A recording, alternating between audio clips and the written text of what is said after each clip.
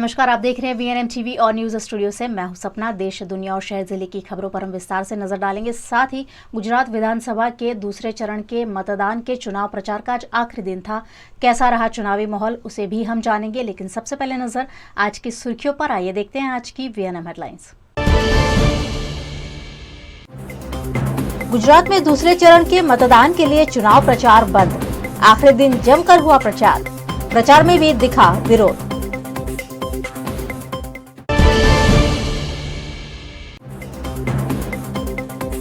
5 दिसंबर को वडोदरा करेगा वोट, लेकिन वोटिंग में मोबाइल नॉट अलाउड।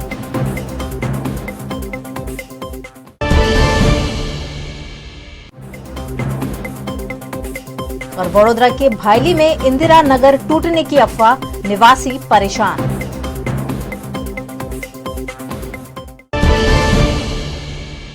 रावपुरा विधानसभा चुनाव क्षेत्र से चुनाव लड़ रहे भाजपा के उम्मीदवार बालकृष्ण शुक्ल ने आज विजय संकल्प रैली का आयोजन किया। चुनाव आयोग की आचार संहिता के नियम के अनुसार आज शाम 5 बजे सभी पार्टियों के उम्मीदवारों को अपने चुनाव प्रचार पर रोक लगानी होगी। चुनाव प्रचार के लिए बहुत ही कम समय बाकी रह गया है। ऐसे में सभी पार्टियां रैली स्वरूप चुनाव प्रचार कर रही है। आज रावपुरा विधानसभा चुनाव क्षेत्र के भारतीय जनता पार्टी के उम्मीदवार बालकृष्ण शुक्ल ने विशाल विजय संकल्प रैली का आयोजन किया। यह रैली सप्तपदी पार्टी प्लॉट से प्रारंभ हुई और छाणी समेत रावपुरा क्षेत्र के विविध विस्तारों में घूमी। इस विजय संकल्प रैली में सांसद रंजनबेन भट्ट, शहर भाजपा के अध्यक्ष डॉक्टर विजय शाह, सुनील सोलंकी, पूर्व विधानसभा स्पीकर राजेंद्र त्रिवेदी समेत आला नेता, बालकृष्ण शुक्ल के समर्थक और कार्यकर्ता बड़ी संख्या में जुड़े। इस विजय संकल्प रैली को लोगों का भारी प्रतिसाद मिल रहा है। बालकृष्ण शुक्ल ने कहा कि उन्हें जीत का विश्वास है। ये आज हमारे सप्तशती पार्टी प्लॉट से विजय संकल्प रैली शुरू हो गई है। इस रैली में मेरे साथ हमारे लोकप्रिय सांसद श्रीमती रंजनबेन भट्ट, हमारे पार्टी के अध्यक्ष डॉक्टर विजय शाह, हमारे पार्टी के महामंत्री जो कि पूरा संचालन कर रहे हैं सुनील भाई सोलंकी, और इसी क्षेत्र से हमारे विधायक और केंद्र हमारे मंत्री श्री राजेंद्र भाई त्रिवेदी जी, जिनके मार्गदर्शन पर हमें चुनाव लड़ रहे हैं, वो सभी उपस्थित है। और रावपुरा विधानसभा विस्तार के सभी कार्यकर्ता भाई बहन यहाँ उपस्थित है और पूरे जोम और जुस्सा से हम लोग निकले। जैसे कि आपने कल भी देखा कि अमित शाह साहब जब आए थे तो पूरा बड़ौदा जैसे वहाँ आ गया था और एक अलग प्रकार के विजय की तरफ हम प्रस्थान कर रहे हैं। और आज का भी ये विजय संकल्प रैली है, ये विजय रैली की जैसी है और मुझे पूरा विश्वास है कि ये कार्यकर्ता का उत्साह और नागरिकों का हमारे प्रति मान सम्मान जो दे रहे हमारा स्वागत कर रहे हैं, ये परसों के दिन 5 तारीख को मतों में प्रचंड मतों में परिवर्तित होकर और बहुत ज़्यादा तादाद में हमें वोट मिलेगा। और मैं आपके माध्यम से सभी नगरजनों को विनती करता हूँ कि भारतीय जनता पार्टी के 5 उम्मीदवारों को ज़्यादा से ज़्यादा मतों देकर जंगी मतों से विजयी बने। गुजरात के वडोदरा में सयाजगंज विधानसभा से दावेदारी कर रही कांग्रेस की प्रत्याशी अमी रावत ने विजय विश्वास रैली का आयोजन कर जीत की उम्मीद जताई। वडोदरा के सयाजगंज विधानसभा क्षेत्र से कांग्रेस ने कॉरपोरेशन के विपक्ष नेता अमी रावत को मैदान में उतारा है, जो पिछले 20 दिनों से जोरों शोरों से चुनाव प्रचार में जुटी हुई है। अमी रावत ने आज चुनाव प्रचार के आखिरी दिन सयाजगंज विधानसभा में घूम घूम कर कांग्रेस के पंजे पर बटन दबाने की लोगों से अपील की। इस बार परिवर्तन के रूप में कांग्रेस पार्टी को वोट करने की अपील करते हुए उन्होंने सयाजगंज विधानसभा में जीतने का दावा किया। कांग्रेस पक्ष ने सयाजगंज विधानसभा में से मुझे यहाँ से चुनाव लड़ने का एक मौका दिया। पिछले 15-20 दिन से डोर टू डोर में लोगों ने खूब साथ दिया है। जहाँ भी गए लोगों ने इस बार परिवर्तन के लिए हम वोट करेंगे ऐसा आश्वासन दिया है। आज विजय संकल्प रैली है, खूब कॉन्फिडेंस है इस बार लोग परिवर्तन के लिए वोट करेंगे। जिस तरह से भारतीय जनता पार्टी के काम है 7 साल के सेंटर में, 27 साल से वडोदरा में लोग नाराज़ हैं।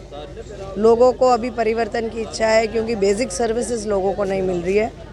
तब मुझे विश्वास है कि इस बार जो मेरे 25 साल के काम हैं, जो बड़ौदा को मैं रिप्रेजेंट करती आई हूँ, बड़ौदा को एक मजबूत रिप्रेजेंटेशन देने के लिए लोग मुझे वोट करेंगे। गुजरात के अरावली के भिलोड़ा में कांग्रेस प्रत्याशी ने महंगाई का विरोध करते हुए गैस सिलेंडर के साथ रोड शो किया।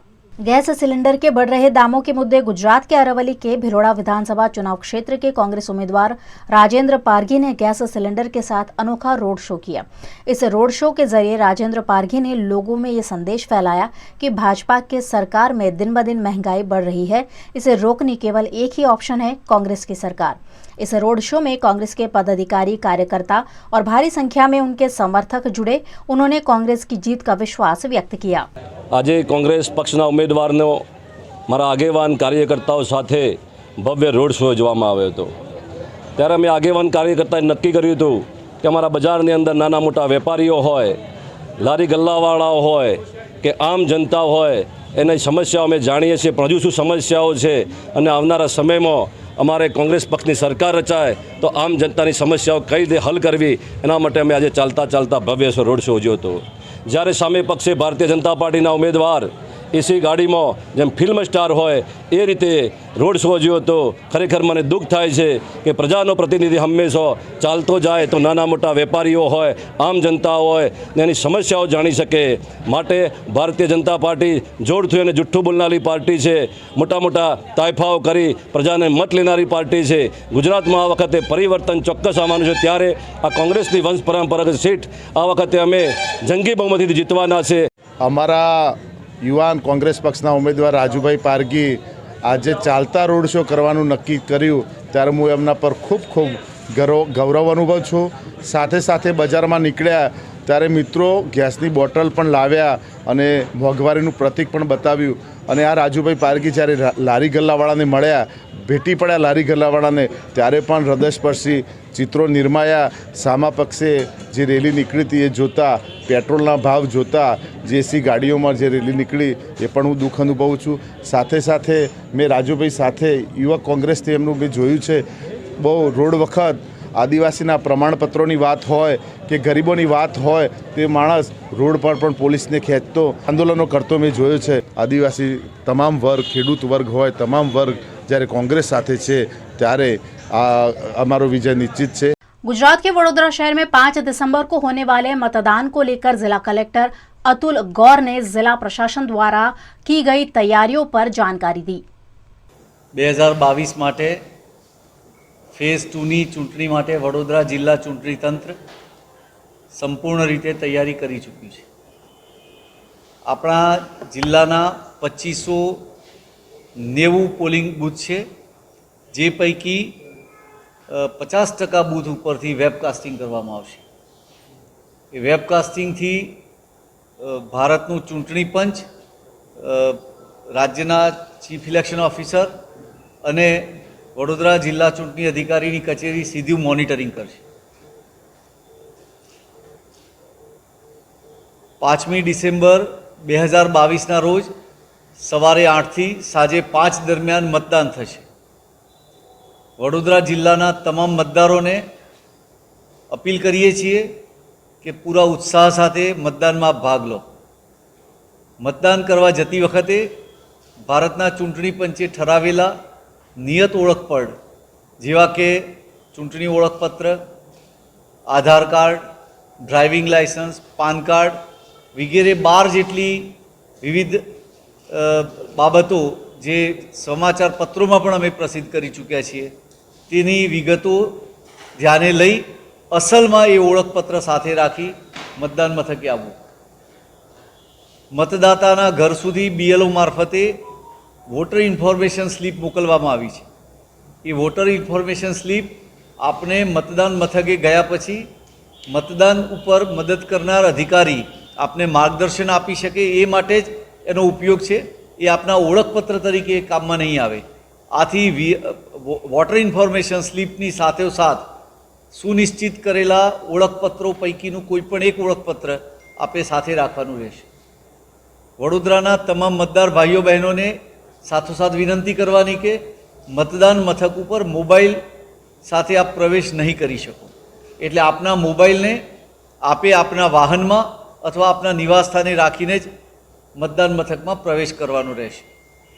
मतदान मथक पर बहनोनी हरोळ ने अग्रताक्रम आपवामां आवशे, एनी योग्य डेडिकेटेड लाइन हशे। गर्भावस्था धरावती बहनों अने बीमार व्यक्तिओ माटे ए प्रकारे ज एक अलग लाइन में एमने मतदान आपवामां सरळता आपवामां आवशे। आ उपरांत 80+ एटले के 80 वर्षथी वधु उंमर धरावता आपणा आदरणीय मतदारों अने पीडब्ल्यूडी मतदारों माटे डेडिकेटेड लाइन रहेशे। चूंटणी अधिकारी श्रीओए पोताना विस्तारनी अंदर मतदारों ने जे वयोवृद्ध छे 80 वर्षथी वधु उंमरना મતદારો છે તેમને મતદાન મથક સુધી લાવવા અને એમના નિવાસસ્થાને પરત લઈ જવા માટેની સુયોજિત વ્યવસ્થા ગોઠવી છે. આથી જે મતદારોએ ચૂંટણી અધિકારી મારફતે આ સેવાનો લાભ લેવાનો વિનંતી એમના BLO મારફતે આપી છે તેમના માટે ચૂંટણી અધિકારી દ્વારા નક્કી કરેલા વ્હીકલમાં એમને મતદાન મથકે લાવવામાં આવશે અને પરત એમના નિવાસસ્થાને મૂકી દેવામાં આવશે. આપને ખાસ એ જણાવું કે 5મી ડિસેમ્બર 2022ના રોજ મતદાનના કારણે જાહેર રજા ડિક્લેર કરવામાં આવેલી છે. જે ઔદ્યોગિક એકમો અથવા જે વ્યાપારિક સંસ્થાનોમાં એના વ્યાપારિક કારણોસર અથવા એના ઇન્ડસ્ટ્રીયલ પ્રોસેસિંગના કારણે એનું કામકાજ ચાલુ રાખવાનું જરૂરિયાત હોય તેવા ઔદ્યોગિક એકમો અથવા એવા કામના સ્થળોના માલિકો અથવા સંચાલકોએ મતદાતાને ચાલુ પગારે મત આપવા દેવા માટેની રજા આપવાની રહેશે અથવા મતદાન કરવા જવા દેવા માટેની સગવડ આપવાની રહેશે. એટલે મતદાન કરવા માટેની તમામ વ્યવસ્થા ચૂંટણી પંચ દ્વારા અને જિલ્લા વહીવટીતંત્ર દ્વારા કરવામાં આવી છે, જે આપ સર્વેને વિદિત થાય. સર, સંવેદનશીલ અને અતિ સંવેદનશીલ કેટલા બૂથ છે? હવે એક જ કેટેગરી છે સંવેદનશીલ. એ કેટલા છે? 1190 સંવેદનશીલ બૂથ અને તમામ સંવેદનશીલ બૂથ ઉપર half section CAPF central arm police force રહેશે. પોલીસ બંદોબસ્તની વિગતો બહુ ડિટેલમાં હોય છે, પણ આપને એટલું કહી દઉં કે જ્યાં 3થી વધારે બૂથ હશે ત્યાં કેન્દ્રીય પોલીસ બળ પણના પોલીસ બંદોબસ્ત પણ રહેશે. હાફ સેક્શન પોલીસ આપણી લોકલ પોલીસ ઉપરાંત રહેશે અને જ્યાં આ પ્રકારનું બૂથ જો સંવેદનશીલ હશે તો એક કમ્પ્લીટ 1 સેક્શન CAPF પણ રહેશે. ત્યાં આપણા ત્યાં 13,000થી વધારે પોલિંગ સ્ટાફ કામગીરીમાં જોડાયેલો છે. એ ઉપરાંત ખૂબ મોટા પ્રમાણમાં પોલીસ કર્મચારીઓ અને અધિકારીઓ છે. गुजरात के वडोदरा में भायली के इंदिरा नगर झोपड़पट्टी के लोग पुनः झोपड़े तोड़े जाने की खबर से चिंतित है. वडोदरा के भायली के इंदिरा नगर में कुछ सालों पहले 300 से करीब झोपड़ियां तोड़ दी गई थी, जो अवैध रूप से बनाई गई थी, जिसको लेकर उस समय वहां के लोगों में चिंता फैल गई थी. लेकिन एक अरसे बाद फिर से यहां झोपड़े बना दिए गए और लोग रहने लगे. लेकिन अब फिर एक बार इस झोपड़पट्टी को तोड़ने की खबर से यहाँ के लोगों में डर है. इनका आरोप है कि ये खबर पूर्व सरपंच दर्पण पटेल ने फैलाई है. कोई हमारे कोई संस्थाओं विरोध नहीं. हमारे तो हमारा जगह जो टूटी है यहाँ से हमारी कोई थाई नहीं. हमने प्रॉपरली કર્યા पे जगह ये जो हमारी मांग है. પણ કઈ જગ્યા છે આ જગ્યા છે ભાયલી इंदिरा आवास છે. કોના દ્વારા તોડવામાં આવી રહ્યું છે? દ્વારા તો ખબર નથી, પણ સરપંચ તે પહેલા તોડાયેલું છે. આજે કેવી રીતે વિરોધ કરી રહ્યા છે? સરપંચ સાથે રહીને આ બધું તોડેલું છે અને એમાં કોઈ રોડ પર જગ્યા આવી નથી. જે વસ્તુ જે જગ્યા તોડી છે શું માંગ છે તમારી? हमारी मांग तो ये है कि फरी बार आવું થાય नहीं हमारा नुकसान. नमस्कार, आप देख रहे हैं VNM TV और वक्त हो चला एक छोटे से अंतराल का. कहीं जाइएगा नहीं, ब्रेक के बाद खास खबरें अभी और भी हैं. भारत ले रहा है इलेक्ट्रिक अंगड़ाई. क्यों ना हम साथ चले, साथ चले, साथ बढ़े, साथ बढ़े. देश मेरे, देश मेरे. देश को ले जाए नई दिशा की ओर. आपका जॉय, भारत का जॉय. ધોરણ 12 પછી કેનેડામાં ઓછામાં ઓછા બજેટમાં કઈ રીતે સ્ટડી કરી શકાય એનું સંપૂર્ણ માર્ગદર્શન મેળવવા આજે જ વિઝિટ કરો કાનન ઇન્ટરનેશનલ, જ્યાં તમને મળશે IELTS, PTE, TOEFL, GRE અને સેટના કોચિંગ સાથે કોલેજ યુનિવર્સિટીના study options, facilities like mock test, SOP, EMI, education loan, visa filing અને pre departure, everything under one roof. તો આજે જ આવો Kanan international at Trident complex, racecourse road, Vadodara. વડોદરાના ઘણા વિસ્તારો જેમ કે અકોટા, માંજલપુર, અલકાપુરી, મકરપુરા વગેરે વગેરે વિસ્તારોના લોકો ચિંતામાં છે. આ ચિંતાનું કારણ છે વડોદરાના લોકોમાં વધતી ઈર્ષા. જી હા, અને આ ઈર્ષાનો સ્ત્રોત છે તરસાલી એરિયામાં આવેલ રેઝિડેન્શિયલ પ્રોજેક્ટ દર્શનમ પ્લેસ. ઘણી બધી એમ્યુનિટીઝથી ભરપૂર આ 2 અને 3 BHK પ્રોજેક્ટ બની ગયો છે નવા ઘર શોધવાવાળા લોકો માટે એક અનોખો અવસર. भारत ले रहा है इलेक्ट्रिक अंगड़ाई. क्यों ना हम साथ चले, साथ चले, साथ बढ़े, साथ बढ़े.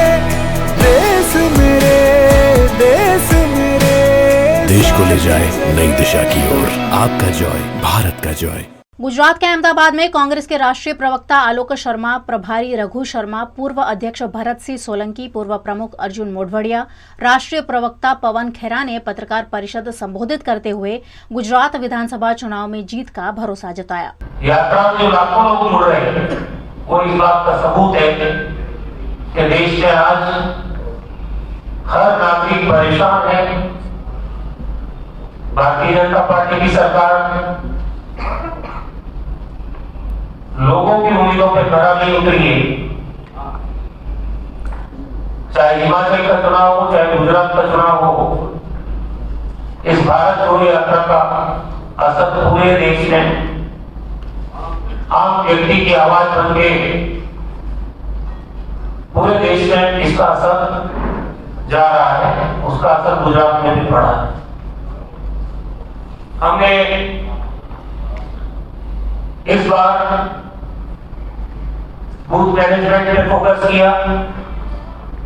हमारे विधानसभाओं में 182 विधानसभा क्षेत्रों में एआईसीसी की तरफ से कोऑर्डिनेटर्स लगे। 26 लोकसभा क्षेत्रों में हमारे सीनियर लीडर्स बराबर 6 महीने से काम कर रहे हैं। एआईसीसी सेक्रेटरी हो, पार्टी के जितने नेता हैं गुजरात के, चाहे वो प्रदेश अध्यक्ष रहे हो, सीएमपी लीडर रहे हो, पार्टी का कार्यकर्ता, हमारा संगठन, सब एकजुट होकर पिछले 6 महीने से कांग्रेस संगठन की गतिविधियों को, सरकार के खिलाफ जो मुद्दे हैं उनको असरदार तरीके से उठाने का काम पूरी पार्टी ने एकजुटता के साथ किया है। और इस चुनाव को भी सभी लोगों ने कलेक्टिव रूप से पार्टी के अनुशासन को बरकरार रखते हुए किया है। पहले चरण का मतदान जो 89 असेंबली कॉन्स्टिट्यूएंसीज का था वो 1 तारीख को पूरा हो गया है। और जिस तरह से पार्टी को में इनपुट मिला है, फीडबैक मिला है, बहुत ही अच्छे परिणाम कांग्रेस के पक्ष में आने वाले हैं। हमारी चाहे सौराष्ट्र में हो, चाहे साउथ गुजरात हो, लगभग 65 सीट से कांग्रेस पार्टी की जीतने की संभावनाएं हैं। हमारे उम्मीदवारों ने बहुत ही मजबूती के साथ चुनाव लड़ा है। सेकेंड फेज का चुनाव प्रचार आज शाम को 5 बजे खत्म हो जाएगा। पहला चरण 1 तारीख को खत्म हुआ, 2 दिन पहले, और आपने देखा रुझान कांग्रेस की तरफ है। जो मतदान हुआ, जिस गति से हुआ, जो दावा बीजेपी हमेशा करती आई थी, और जो अनुभव हुआ, जैसा अटल बिहारी वाजपेयी थे प्रधानमंत्री, और उस जमाने में इंडिया शाइनिंग का जो हाल था, कुर्सियां खाली, लोग आते नहीं, और पूरा माहौल भारतीय जनता पार्टी के खिलाफ का था। मुझे लगता है कि गुजरात की जनता ने देखा, देश की जनता ने देखा, पूरे हिंदुस्तान में ये पता चल गया है कि भारतीय जनता पार्टी गुजरात से जा रही है। पहले चरण में सौराष्ट्र और दक्षिण गुजरात ऐसे लगता था, वो बड़ी बड़ी बातें 150 सीटों की, पर मुझे लगता है 150 में से एक एकड़ा ही उनमें से निकल जाने वाला है। वो हालत उनकी होने वाली है। एनो मत टेक इट फॉर ग्रांटेड मानता क्या मत तो क्या जवाब नहीं। हमें गमे ते करिए, गमे तेटलो भ्रष्टाचार करिए, गमे तेटलो अहंकार રહ્યા બી કાયદો અને વ્યવસ્થા રીએ કે ના રીએ, મંદી ગમે તેટલી આવે, ટેક્સ ગમે તેટલો ઉઘરાવીએ, ટેક્સ ટેરરિઝમ કરીએ,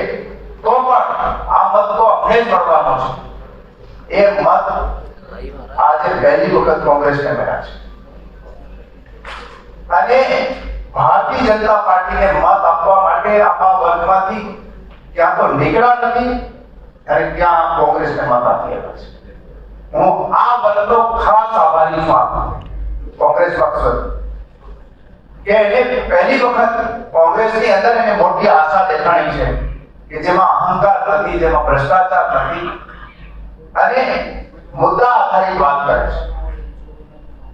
ગૃહિણીઓ, મહિલાઓ અને યુવાનો જે પહેલા વખત મતદાર થયા એ મતદારો, ખાસ કરીને યુવાનો, વિદ્યાર્થીઓ જેને બેકારી અને મોંઘવારી જાતે અનુભવ કરી છે એવા લોકોએ, મહિલાઓએ અને યુવાનોએ મોટી માત્રાની અંદર આ વખતે મતદાન કર્યું અને કોંગ્રેસનો સપોર્ટ કહીશ મને।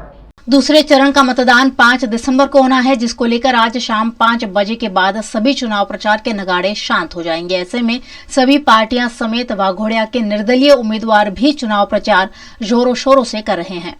विधानसभा चुनाव को लेकर अब केवल 2 ही दिन बाकी है। ऐसे में आज शाम से आचार संहिता अनुसार सभी पार्टियों के चुनाव प्रचार बंद हो जाएंगे। सभी पार्टी के उम्मीदवार मतदाताओं तक पहुंचने के लिए आम सभाएं संबोधित कर रहे हैं।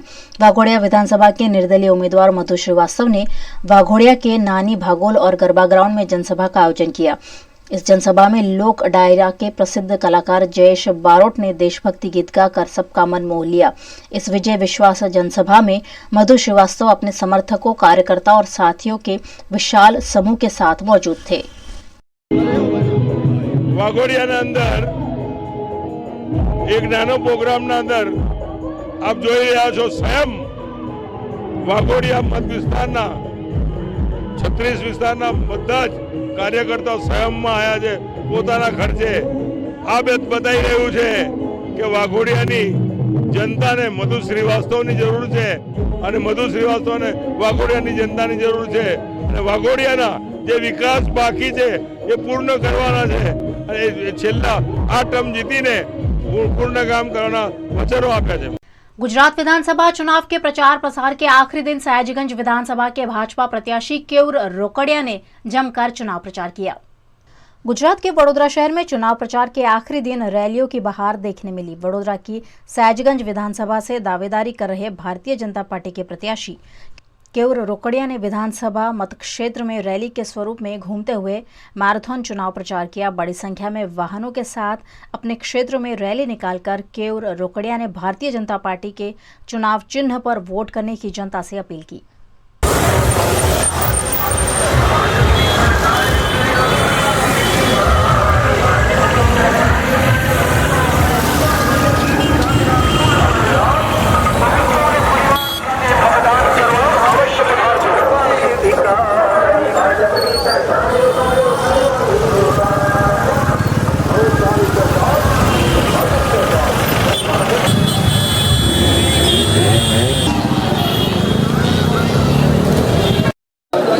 आज विजय विश्वास महारैली का आयोजन हुआ है और जिस तरह आज कार्यकर्ताओं में उत्साह और उमंग दिख रहा है, जिस तरह कार्यकर्ता काम में लगे हैं और आप देख रहे हैं कि सभी लोग बाइक के साथ अपने अपने व्हीकल के साथ जुड़ रहे हैं, स्वयं वो अपने अपने व्हीकल के साथ जुड़ रहे हैं। ये दिख रहा है कि बड़ी एक विजय विश्वास रैली होने जा रही है और जिस तरह हम लोग प्रचार प्रसार के दौरान भी रैलियों के साथ अंदर जुड़े थे, लोगों के घर पे पहुंचे थे, तभी ये जो अभूतपूर्व प्रतिसाद, जन प्रतिसाद हमें मिल रहा था, हम विश्वास के साथ कह सकते हैं कि सयाजीगंज विधानसभा एक जंगी मतों से हम जीत रहे हैं। गुजरात विधानसभा चुनाव के मद्देनजर वडोदरा के अकोटा से दावेदारी कर रहे भाजपा के चैतन्य देसाई ने अपने विधानसभा क्षेत्र में भव्य रैली निकालकर आखिरी दिन जमकर चुनाव प्रचार किया। 5 तारीख को गुजरात में होने वाले दूसरे चरण के मतदान को लेकर चुनाव प्रचार का आज आखिरी दिन रहा। चुनाव प्रचार के आखिरी दिन अकोटा विधानसभा से भाजपा के चुनाव चिन्ह पर विधानसभा का चुनाव लड़ रहे चैतन्य देसाई ने एक भव्य रैली का आयोजन किया। रैली के जरिए विधानसभा क्षेत्र के सभी इलाकों में घूम घूम कर भारतीय जनता पार्टी के चुनाव चिन्ह पर वोट करने की चैतन्य देसाई ने अपील की। इस दौरान समर्थकों का हुजूम भी उनके साथ मौजूद रहा।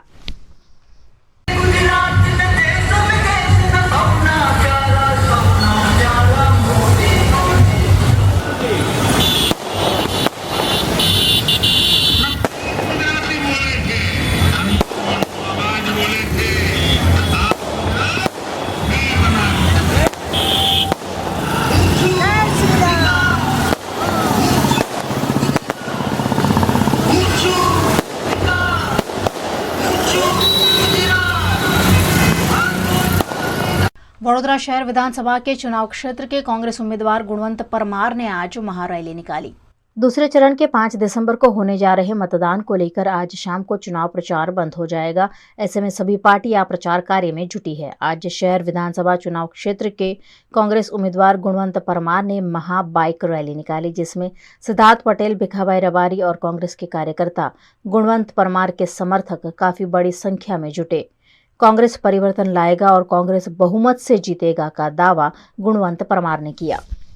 आप आओ, साथ में बैठ के ये विस्तार का जो भी प्रश्न है हम साथ के बैठ के निकाल करेंगे, स्वयं करेंगे, साथ में रह के करेंगे। और गुजरात का हो, कॉरपोरेशन का हो, जिला का हो, जो भी हो, हमारा विस्तार का खास प्रश्न है। हर कोई समाज को हम साथ में रखने चाहता हूँ और आने वाले दिन में सब कुछ काम साथ में करेंगे। मेरा सामने उम्मीदवार यहाँ का मतदार भी नहीं है, आज सब लोग जानते हैं। उसकी खुद पार्टी में भी विरोध है। वो विरोध ऐसा है कि ऐसी बहन जी को हम क्यों धारासभ्य बनाए। हमारा 10 साल बिगाड़ा। खुद साने कार्यकर और बुद्ध का कार्यकर वही बोलता है, वहाँ का कॉर्पोरेटर वही बोलता है कि हमने बहुत गलती की और पार्टी ने बहुत गलती की। ऐसे बहन जी को रख के हमको चुनाव में आने वाले दिन हम किसी के पास जा नहीं रह सकता। वही बताते रहे। कल ये देश का गृह मिनिस्टर जब आए थे, हमारे कॉन्स्टिट्यूशन में आए थे रैली करने को लिए, पर उसकी रैली भी फ्लॉप हुआ है और भाजपा बहुत बहुत बहुत निराशा में जा रहा है। कारण के विकास की खाल बात करते हैं, विकास किया नहीं। आज वडोदरा शहर में वाड़ी विधानसभा के उम्मीदवार गुणवंत भाई परमार के प्रचार के अर्थक आज एक विशाल रैली का आयोजन किया गया है। बहुत भारी मात्रा में लोग जुड़े हुए हैं। पिछले कई दिनों से कांग्रेस के कार्यकर्ताओं ने घर घर जाके बहुत ही व्यापक रूप से प्रचार किया है। लोगों को कांग्रेस के साथ जोड़ने की कोशिश की है। बहुत ही विकट परिस्थिति में से सब गुजर रहे हैं। एक दफ़ा महंगाई है, दूसरी दफ़ा बेरोजगारी है, आम आदमी की सुनने वाली कोई सरकार नहीं है। और ऐसी स्थिति में जब लोगों को परेशानी होती है तो उनके साथ खड़े रहने वाला जब कोई नहीं होता तो लोग भारी परेशानियां भुगत रहे हैं।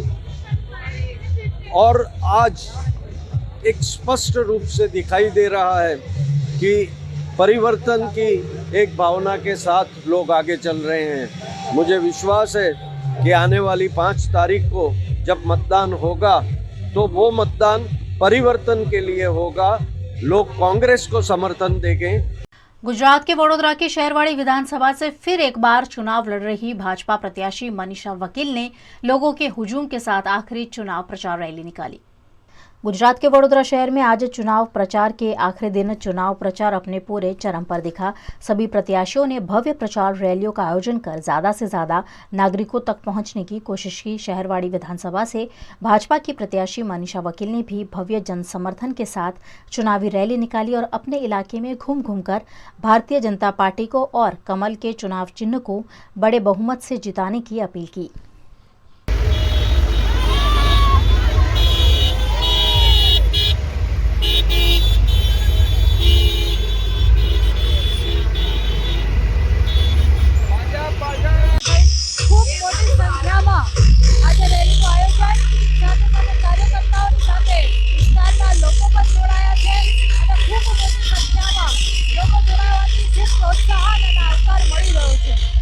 गुजरात के वडोदरा जिला के डभोई विधानसभा के भाजपा प्रत्याशी शैलेश मेहता के समर्थन में आयोजित जनसभा में मंत्री पुरुषोत्तम रूपाला ने कांग्रेस पर प्रहार किया।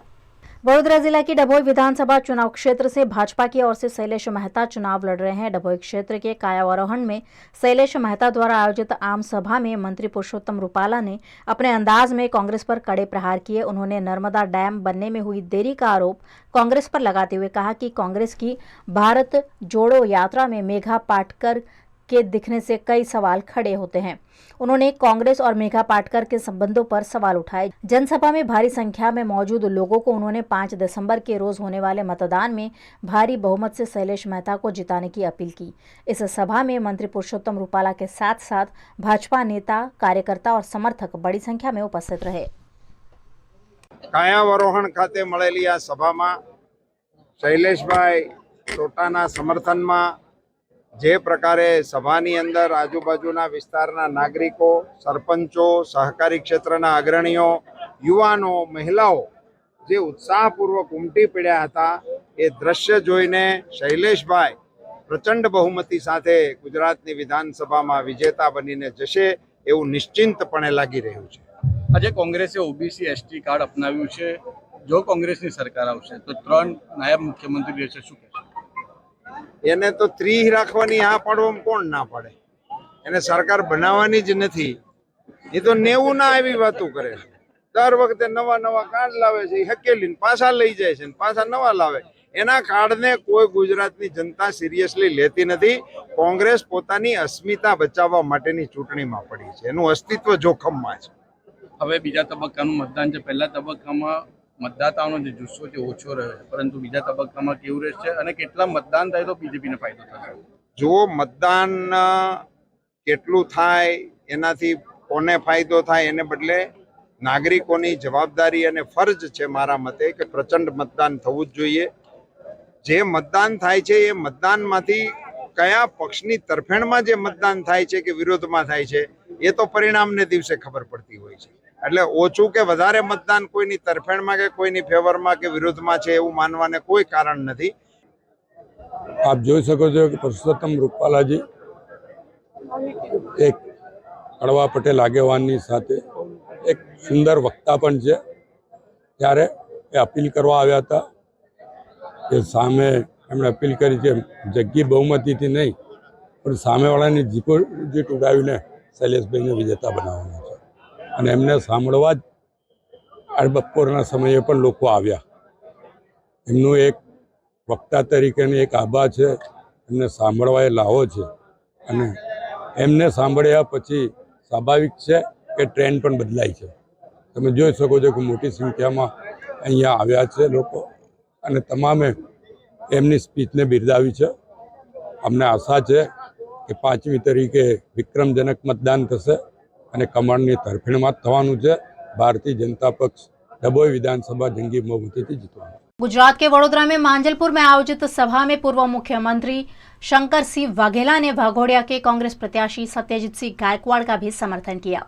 वडोदरा के मांजलपुर में कांग्रेस की प्रत्याशी डॉक्टर तस्नीम सिंह के समर्थन में कांग्रेस के दिग्गज नेता और पूर्व मुख्यमंत्री शंकर सिंह वाघेला ने विशाल जनसभा को संबोधित किया। इस आम सभा में वाघोडिया विधानसभा के कांग्रेस उम्मीदवार सत्यजीत सिंह गायकवाड़ भी सभा में पहुंचे। उनके वहां पहुंचते ही लोगों ने तालियों से उनका स्वागत किया। वहीं शंकर सिंह वाघेला भी उत्साह से उनसे मिले। शंकर सिंह वाघेला ने जनसभा को संबोधित करते हुए सत्यजीत सिंह गायकवाड़ की प्रशंसा की। उन्होंने सत्यजीत सिंह गायकवाड़ को लड़ायक नेता बताया। क्षत्रिय समाज के अग्रणी और वाघोडिया के उम्मीदवार सत्यजीत सिंह गायकवाड़ को उन्होंने अपना समर्थन दिया। उन्होंने लोगों से अपील की कि कांग्रेस के इन दोनों उम्मीदवारों को जनता भरपूर वोट देकर जिताए। गुजरात के वडोदरा की मांजलपुर विधानसभा में भाजपा के विधायक योगेश पटेल के खिलाफ चुनाव लड़ रही कांग्रेस प्रत्याशी डॉक्टर तस्नीम सिंह को वोट करने की अपील गुजरात के पूर्व मुख्यमंत्री शंकर सिंह वाघेला ने की। गुजरात में पिछली बार 77 सीट जीतने वाली कांग्रेस पार्टी इस बार भी स्टार प्रचारकों के जोर पर गुजरात में ज्यादा से ज्यादा सीट जीतने की कोशिश कर रही है। इसी के तहत वडोदरा के मांजलपुर विधानसभा से चुनाव लड़ रही डॉक्टर तस्नीम सिंह के लिए चुनाव प्रचार करने शंकर सिंह वाघेला वडोदरा आए। यहां उन्होंने जनसभा को संबोधित करते हुए भारतीय जनता पर कड़े प्रहार किए। देशना वडाप्रधान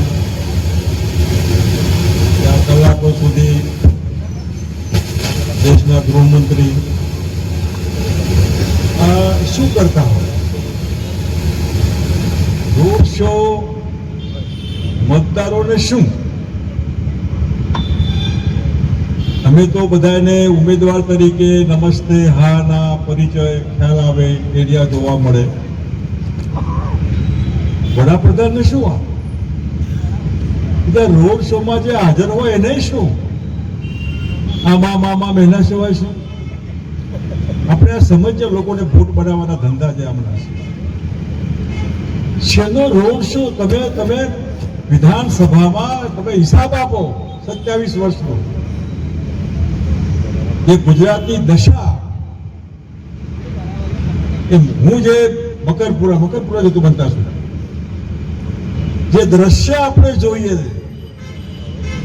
દેશમાં એકદમ ગરીબ વર્ગ મધ્યમ વર્ગ લગભગ ખતમ જવા ઉપર ગરીબ એટલે શું ગરીબ કહેવાય? જેને ઘરનું બારણું નહીં, જૂની મેલી ફાટેલી ચાદર જેવું લગાયું હોય કપડું દરવાજાના બદલામાં, આ ઘરનું બારણું. એનો બાથરૂમ પ્લાસ્ટિકનું કવર 3 બાય 3 ફૂટનું આવડું ત્યાંથી પડેલું લઈ આવીને, આ એનો બાથરૂમ. એનું ઘર ફૂટપાથ. 50 કરતા વધારે ફૂટપાથ ઉપર બહેનો રોટલા કરતી મેં જોઈ, ભાઈઓ રોટલા કરતા. હમણાં કલાક પહેલા ઉઘાડા આ ઠંડીમાં શું થશે? આ ગુજરાત છે, આ વિકાસ છે. લોકોને મૂર્ખા બનાવવાના ધંધા છે. અને જેની પાસે કોઈ મુદ્દો ન હોય એ મુદ્દામાં લોકોને દુખતી નસ, ધર્મનો ઉન્માદ જગવીને છેલ્લા 27 વર્ષથી આ લોકો ગાંધીનગર બેઠા. તમે સારી સેવા કરીને બેસો ને, 30 વર્ષ બેસો, મને હું વાંધો? લોકોને મરાઈ નાખીને, હિન્દુ મુસ્લિમ કરાવી નાખીને. તમે આ હિન્દુ ધર્મના ઠેકેદારો, એક હિન્દુ છોકરીને કોઈ મુસલમાન લઈ જાય, એનું નામ ન જવાહર, અને એમની છોકરીઓ એના ઘર જમાઈ મુસલમાન હોય. તમામ હિન્દુ ઠેકેદારોના જમાઈ મુસલમાન છે. પ્રેમ હોય એમાં હિન્દુ મુસલમાન ન હોય. પણ તમે હિન્દુ ધર્મનો ધજાગરો લઈએ, તમારી છોકરીઓ તો મુસ્લિમ છે, તમારો જમાઈ. એ અડવાણી સાહેબ હોય, મુરલીમનોહર જોશી હોય, સિંગલ હોય, બીજા હોય, ત્રીજા હોય, હવે 25 નામ હું બનાવું દઉં. તમે કોને ફોટ બનાવવા નીકળ્યા? સોના હિન્દુ મુસલમાન. તમને નવરાશ પડે તો પાકિસ્તાનના બિરયાની ખાવાની તમને છૂટ વગર આમંત્રણે. આપણે આ સમજીએ, આપણે ગમે તે હોઈએ તો પણ આ પેટ રોટલા માગે. આપણું બાળક મોટું થાય, ભણે ગણે, સારી શિક્ષા માગે, સારી સ્કૂલ, સારી કોલેજ. આપણા મા બાપ બીમાર હોય તો સારો ડોક્ટર, સારી દવા. છોકરા ભણી ગણીને બેકાર થયા હોય તો એને સારી નોકરી. તમે તમે તમે મોંઘવારીનો ન બોલતા નથી. માજી મુખ્યમંત્રી, માજી કેન્દ્રીય પ્રધાન અને સૌના લાડીલા ત્યારે શંકરસિંહ બાપુ આવ્યા હોય ત્યારે ખરેખર અમારા વિસ્તારના તમામ લોકો માટે આજે ગૌરવવંતો દિવસ કહેવાય. અને આપણે એમને સાંભળવાના છે, એમનું માર્ગદર્શન લેવાનું છે. કારણ કે આ વિસ્તારને અમે લોકોએ પરસેવોને લોહી રેડીને એવો બનાવ્યો છે. આજે વડોદરા શહેરની અંદર આ માજલપુરને તમે જુઓ, ત્યાંથી લગભગ 1.5 કિલોમીટર જઈએ ને ત્યાંથી આગળ રસ્તો જ નહોતો. અંધારું ગોર ખેતરો હતા. જ્યારે મને પહેલી વાર ટિકિટ આપી હતી બાપુ લોકોએ, ત્યારે હું જવાન હતો ને હવે સિનિયર સિટીઝન થઈ ગયો. 35 વર્ષ સુધી આ વિસ્તારના નાગરિકોએ મારામાં વિશ્વાસ મૂકી અને મને જીતાડ્યો. ત્યારે મારી ફરજ થઈ પડે છે કે આ વિસ્તારને કદી નુકસાન ના થાય, આ વિસ્તારની સુંદરતા ના હણાય, આ વિસ્તારની પવિત્રતા ના હણાય. આ વિસ્તાર તમે જુઓ, આપણે કઈ બેઠા છે જલારામ મંદિરની પાછળ. અમારા ક્ષત્રિય સમાજના આગેવાનો, છોકરાઓ સાથે ભેગા મળીને નિર્માણ કરેલું. અને વર્ષમાં 10, 15 સમાજને ઉપયોગી પ્રોગ્રામ કરીએ છીએ. એ શૈક્ષણિક હોય, સામાજિક હોય, આરોગ્યલક્ષી હોય, ધાર્મિક હોય, મોટા મોટા ભંડારા હોય. પણ આ વિસ્તારની પવિત્રતા, સુંદરતા જાળવવાનો પ્રયત્ન કર્યો છે. ત્યારે એવો એ જ વિસ્તારની અંદર તેના જે બાપુ આપણને માર્ગદર્શન આપવા હોય, અને જ્યારે ગુજરાત ખૂબ દુઃખી થતું હોય, ગુજરાતનો યુવાન કેટલાય વર્ષોથી આશા માંડીને બેઠો હોય કે મારું ભવિષ્ય સુધરશે, ત્યારે તમે જોયું ગઈકાલે વોટિંગ બધું જોયું, કેટલી બધી લોકોમાં નિરાશા. 10% વોટિંગ ઘટી ગયું. એ લાયકાત જે તમારી માંજલપુર આપણી પ્રજાની છે એ એમને મળે. એટલે હું ફરી એકવાર કહું, બધાનો બહુ જ આભાર, તમે અહીં ઉપસ્થિત છો. અને સ્પેશિયલી બાપુનો કે અમને આટલું બધું સમય, कीमती समय એમનું આપ્યું. जय हिंद, जय भारत. गुजरात के वडोदरा में मांजलपुर से फिर एक बार भाजपा की ओर से चुनाव लड़ रहे योगेश पटेल के समर्थन में मेनका गांधी ने वडोदरा में जनसभा को संबोधित किया.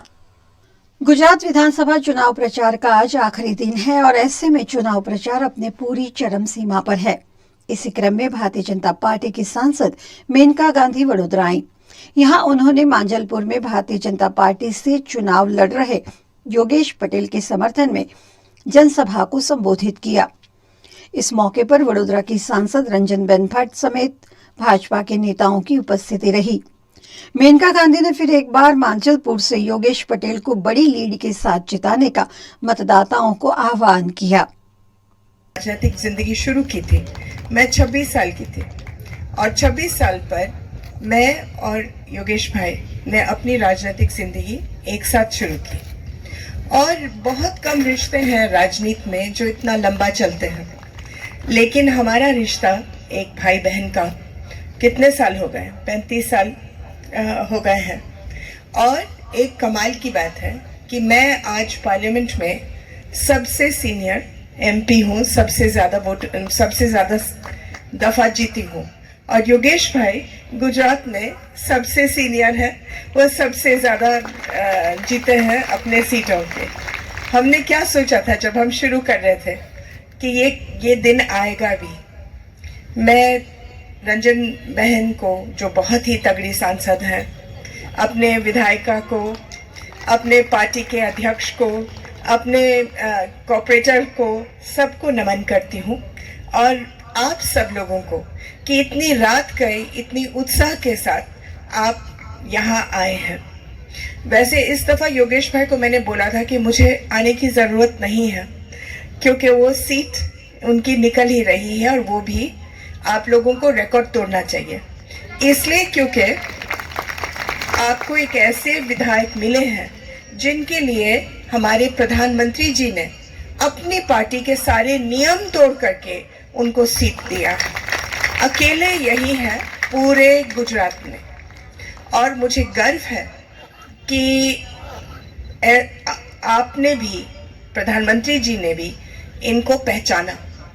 मैं हमेशा आती हूँ योगेश भाई पटेल के लिए और मैं इस दफ़ा और गर्व से आई हूँ क्योंकि वो एक ऐसे सांसद, एक ऐसे विधायक रहे हैं जिस पर माजलपुर ही क्या गुजरात को इतना गर्व है कि उनको टिकट भी मिला नियम तोड़ करके और मुझे मालूम है कि वो बहुत ही अच्छे वोटों से जीतेंगे। उन्होंने माजलपुर के लिए जितना काम किया है इन 5 सालों में शायद ही किसी ने किया हो। उनको पानी दिलवाया, गरीबों को बिजली दिलवाया, सड़कें बनाए, फ्लाईओवर बनाए, बहुत बहुत काम किया। और जो शिव जी की मूर्त है वो भी अपने आप में एक अनोखी चीज़ है और हमें गर्व होना चाहिए कि उन्होंने बनाया। 3 नंबर पर कमरना निशान पर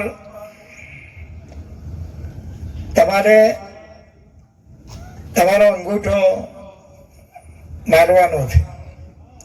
જેમ બને એમ પહેલા આપ બધા જ 10 વાગ્યા સુધીને જો વોટિંગ કરી દેશો તો સારું અને આપણા આસપાસમાં જે પણ લોકો રહેતા હોય એ બધાને વોટિંગ કરવા અહીંયા આવેલા લગભગ ભાજપના કાર્યકર્તાઓ છો અને વહેલું વોટિંગ થાય એ રીતે જો મતદાન કરાવશો તો આ વખતે આપણને તક છે। એ ભારતીય જનતા પાર્ટી આપણા દેશના વડાપ્રધાન નરેન્દ્રભાઈ મોદીજીની એક ઈચ્છા છે કે બધા જ ઉમેદવાર 182 ઉમેદવાર જો જંગી બહુમતીથી જીતે તો આવતી 2024ની લોકસભા આપણે દરેક આપણા સાંસદના લોકસભાના ઉમેદવારને આપણે જંગી બહુમતીથી જીતાડી શકીએ।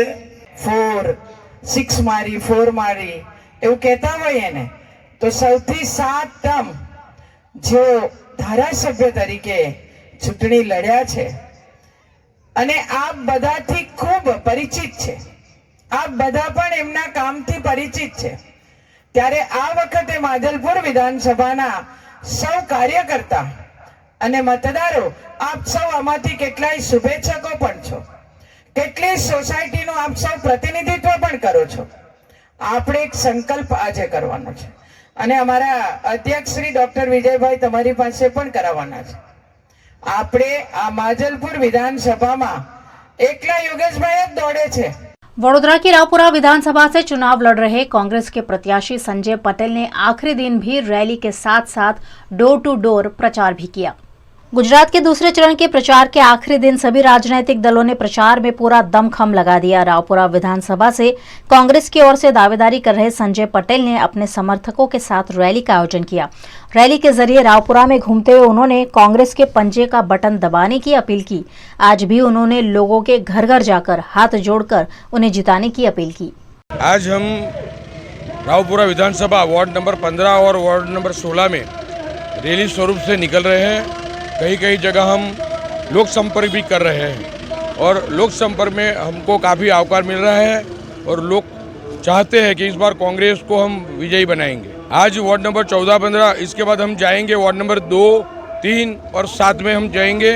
वहाँ भी ऐसे ही स्कूटरों के साथ रैली करके लोगों का संपर्क करेंगे और जहाँ जहाँ हमको ज़रूरत पड़ी तो हम पैदल भी लोगों का संपर्क करेंगे.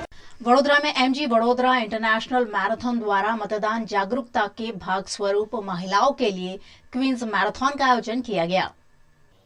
गुजरात के वडोदरा शहर में 5 दिसंबर 2022 को गुजरात विधानसभा चुनाव अंतर्गत मतदान प्रस्तावित है. लोकतंत्र के इस पर्व में ज्यादा से ज्यादा लोग हिस्सा लें और लोकतंत्र को मजबूत करें, इस सामाजिक जिम्मेदारी के साथ वडोदरा में एमजी वडोदरा इंटरनेशनल मैराथन द्वारा महिलाओं के लिए 2 किलोमीटर की क्वींस मैराथन दौड़ का आयोजन किया गया, जिसमें बड़ी संख्या में महिलाओं ने हिस्सा लेकर वडोदरा शहर के लोगों को वोट की अपील की. इस क्वींस मैराथन का फ्लैग ऑफ सुभानपुरा के झांसी रानी मैदान से वडोदरा की महारानी राधिका राजे गायकवाड़ के हाथों किया गया. 5 दिसंबर है मारो कीमती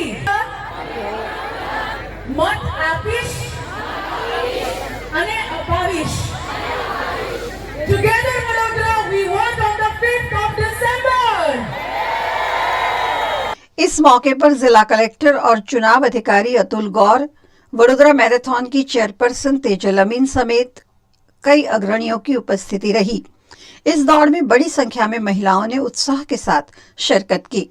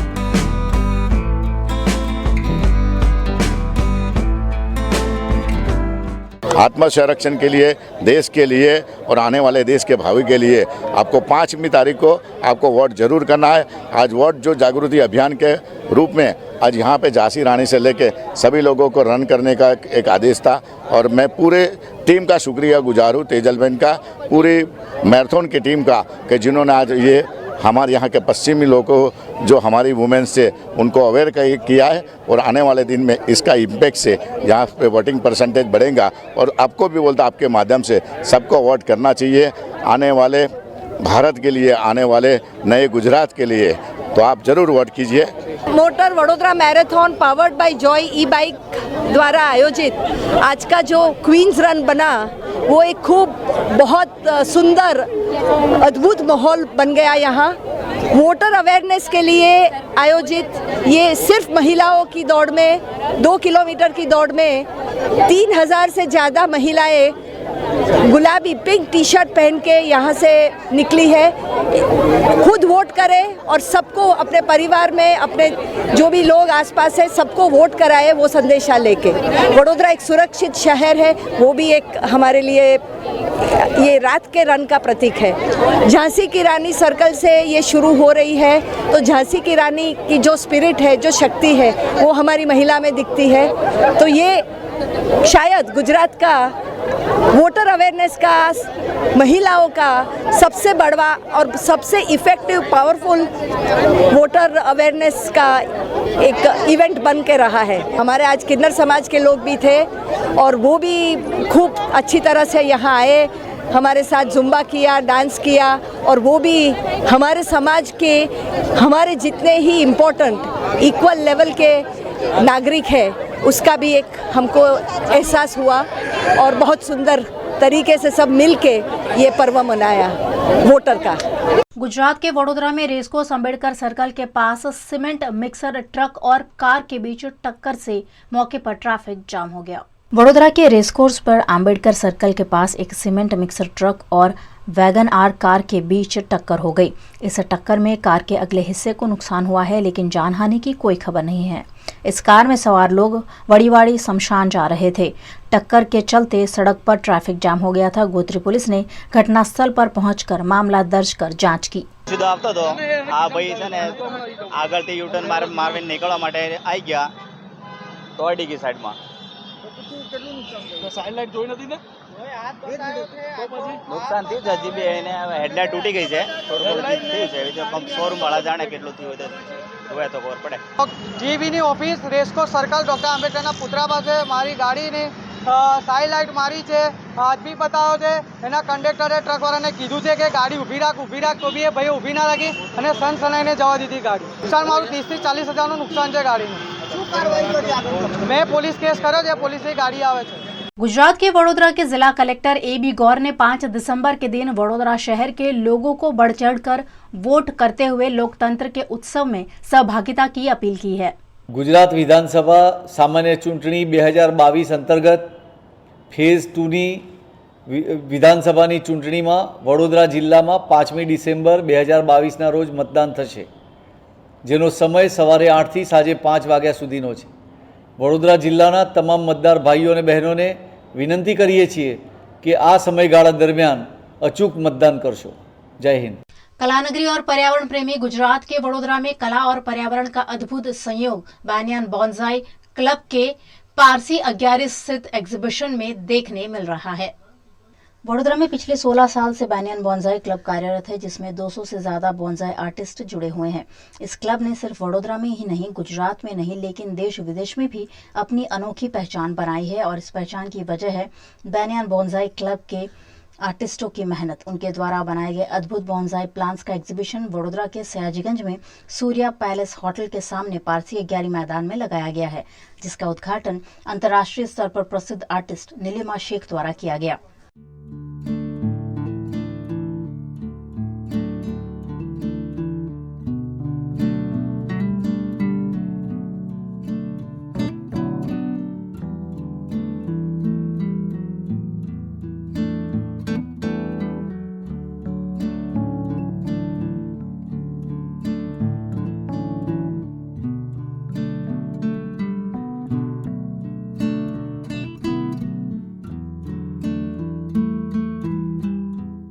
तीन से 5 दिसंबर तक जारी इस प्रदर्शनी को देखने का निःशुल्क लाभ सुबह 10 से रात के 8 बजे तक लिया जा सकता है।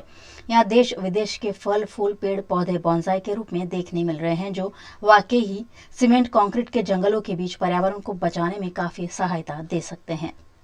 बोंसाई यानी कि एक आर्ट, और इस आर्ट को हमेशा ही वडोदरा में एक प्लेटफॉर्म मिलता रहा है बोंसाई बनियान क्लब के द्वारा, और आज यहाँ वडोदरा में पारसी 11 मैदान में फिर एक बार एग्जीबिशन जो हर साल लगता है लगा है, और उसका उद्घाटन नीलिमा मैम ने किया है। नीलिमा मैम हमारे साथ हैं। मैम, आज इस एग्जीबिशन को आप देख रहे हैं, क्या कहेंगे इसके बारे में? इतनी खुशी आ रही है, मेनली वही कहूँगी कि इतना सुंदर है। मुझे मेरी ये शायद कमी है कि मुझे पता नहीं था कि बड़ौदा में इतना डेवलप हो गया है बॉन्साई का आर्ट। मैं दिल्ली में कई बार एग्जीबिशन देख चुकी हूँ और वहाँ भी अच्छे होते हैं, लेकिन यहाँ एक अलग किस्म का कल्चरिंग है जो बहुत ही इवोकेटिव है। और मेरे ख्याल जिस तरह से लोगों ने मेहनत करके एक क्रिएटिविटी को डेवलप किया है वो इज़ वेरी स्पेशल। क्या सबसे ज़्यादा अच्छा लगा? आज आप यहाँ देख रहे हैं बहुत सारे प्लांट्स हैं, कुछ तो बहुत साल पुराने भी हैं। वो कहना बड़ा मुश्किल होता है, अपने बच्चों में से कौन सा पेंटिंग में से कौन सी ठीक लगती है वो कहना बड़ा मुश्किल होता है। वो तो मेरे ख्याल में जब टीचर थी तो मुझे मार्क्स देने के लिए कभी कोई राज़ी नहीं करता था तो मेरे ख्याल दे आर अलग अलग तरीके से अलग अलग स्टाइल में किए हुए हैं। तो अलग अलग, मैं अभी बात कर रही थी चंदा जी के साथ और कह रही थी कि हर एक टाइप ऑफ ट्री की बॉन्साई के लिए अलग पोटेंशियल है और वो एक्सप्लोर किया है यहाँ पर। वो जो बहुत इट इज़ नॉट कि एक फाइकस का पूरा ग्रुप है तो सब फाइकस एक जैसे कल्टीवेट कर सकते हैं।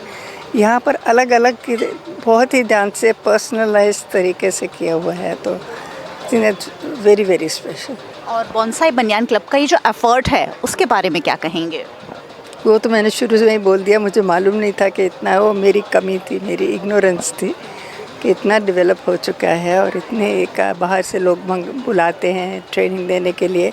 लेकिन अभी मेरे ख्याल यहाँ जो जिस तरह से लोगों ने अपना पूरा डेवलप कर लिया है कि वो बाहर जाके डेमोन्स्ट्रेशन दे सकते हैं।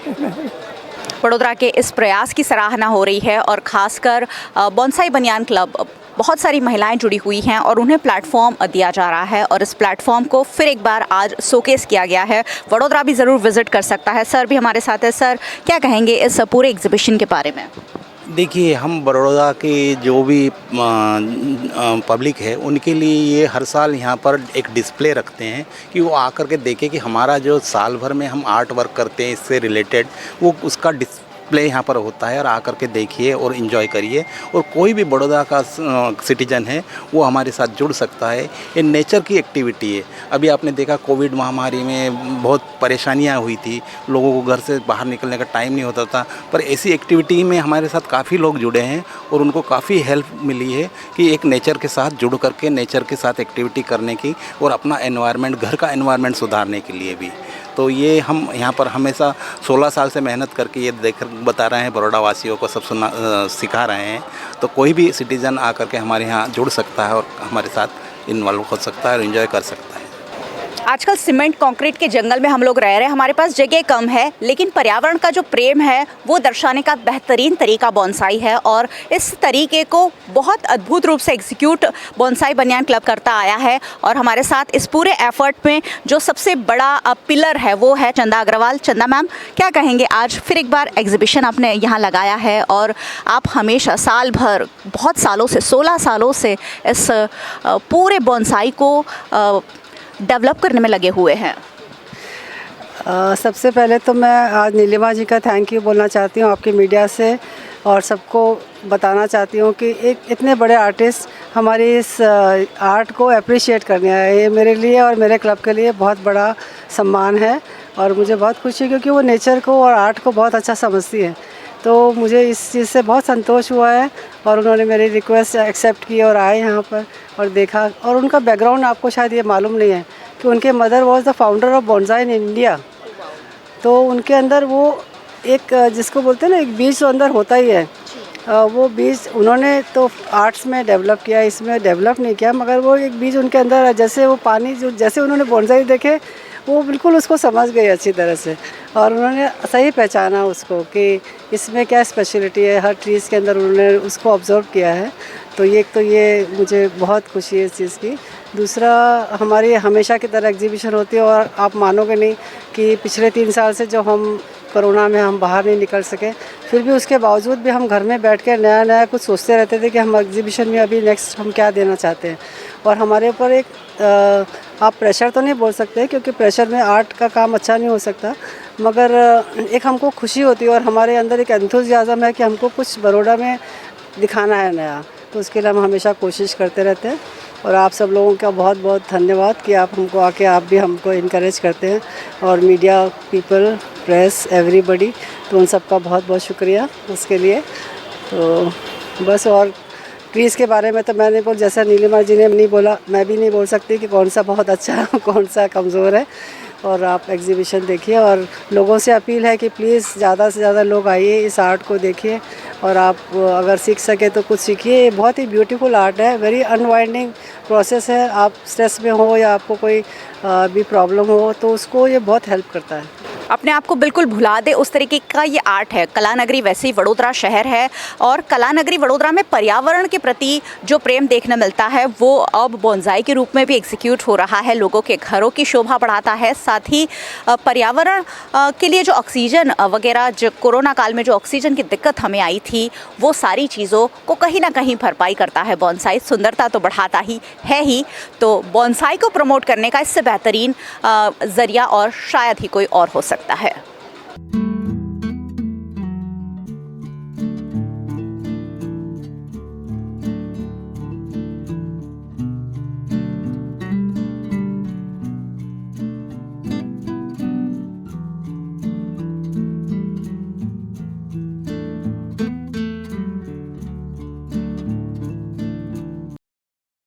गुजरात में पहली बार विधानसभा चुनाव लड़ रही आम आदमी पार्टी ने पंजाब के अपने सभी विधायकों को स्टार प्रचारक के रूप में चुनाव प्रचार के लिए मैदान में उतार दिया है। आम आदमी पार्टी के पंजाब के विधायक लाभ सिंह भी इन दिनों लगातार गुजरात में चुनाव प्रचार कर रहे हैं। उनसे खास बातचीत की अहमदाबाद के VNM टीवी के संवाददाता कमल सोनी ने।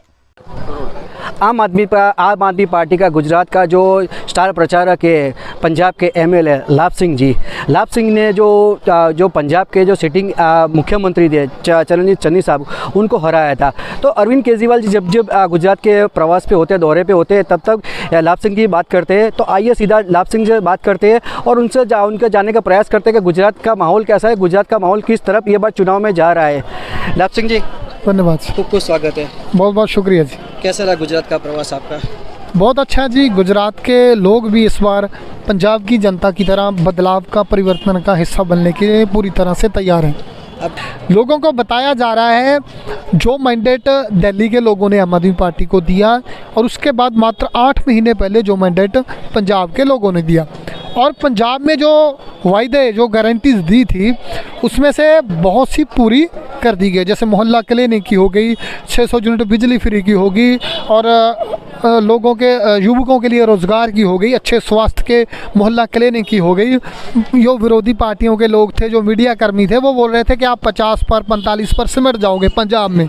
तो लेकिन पंजाब के लोगों ने ऐतिहासिक जीत दी, 92 सीट।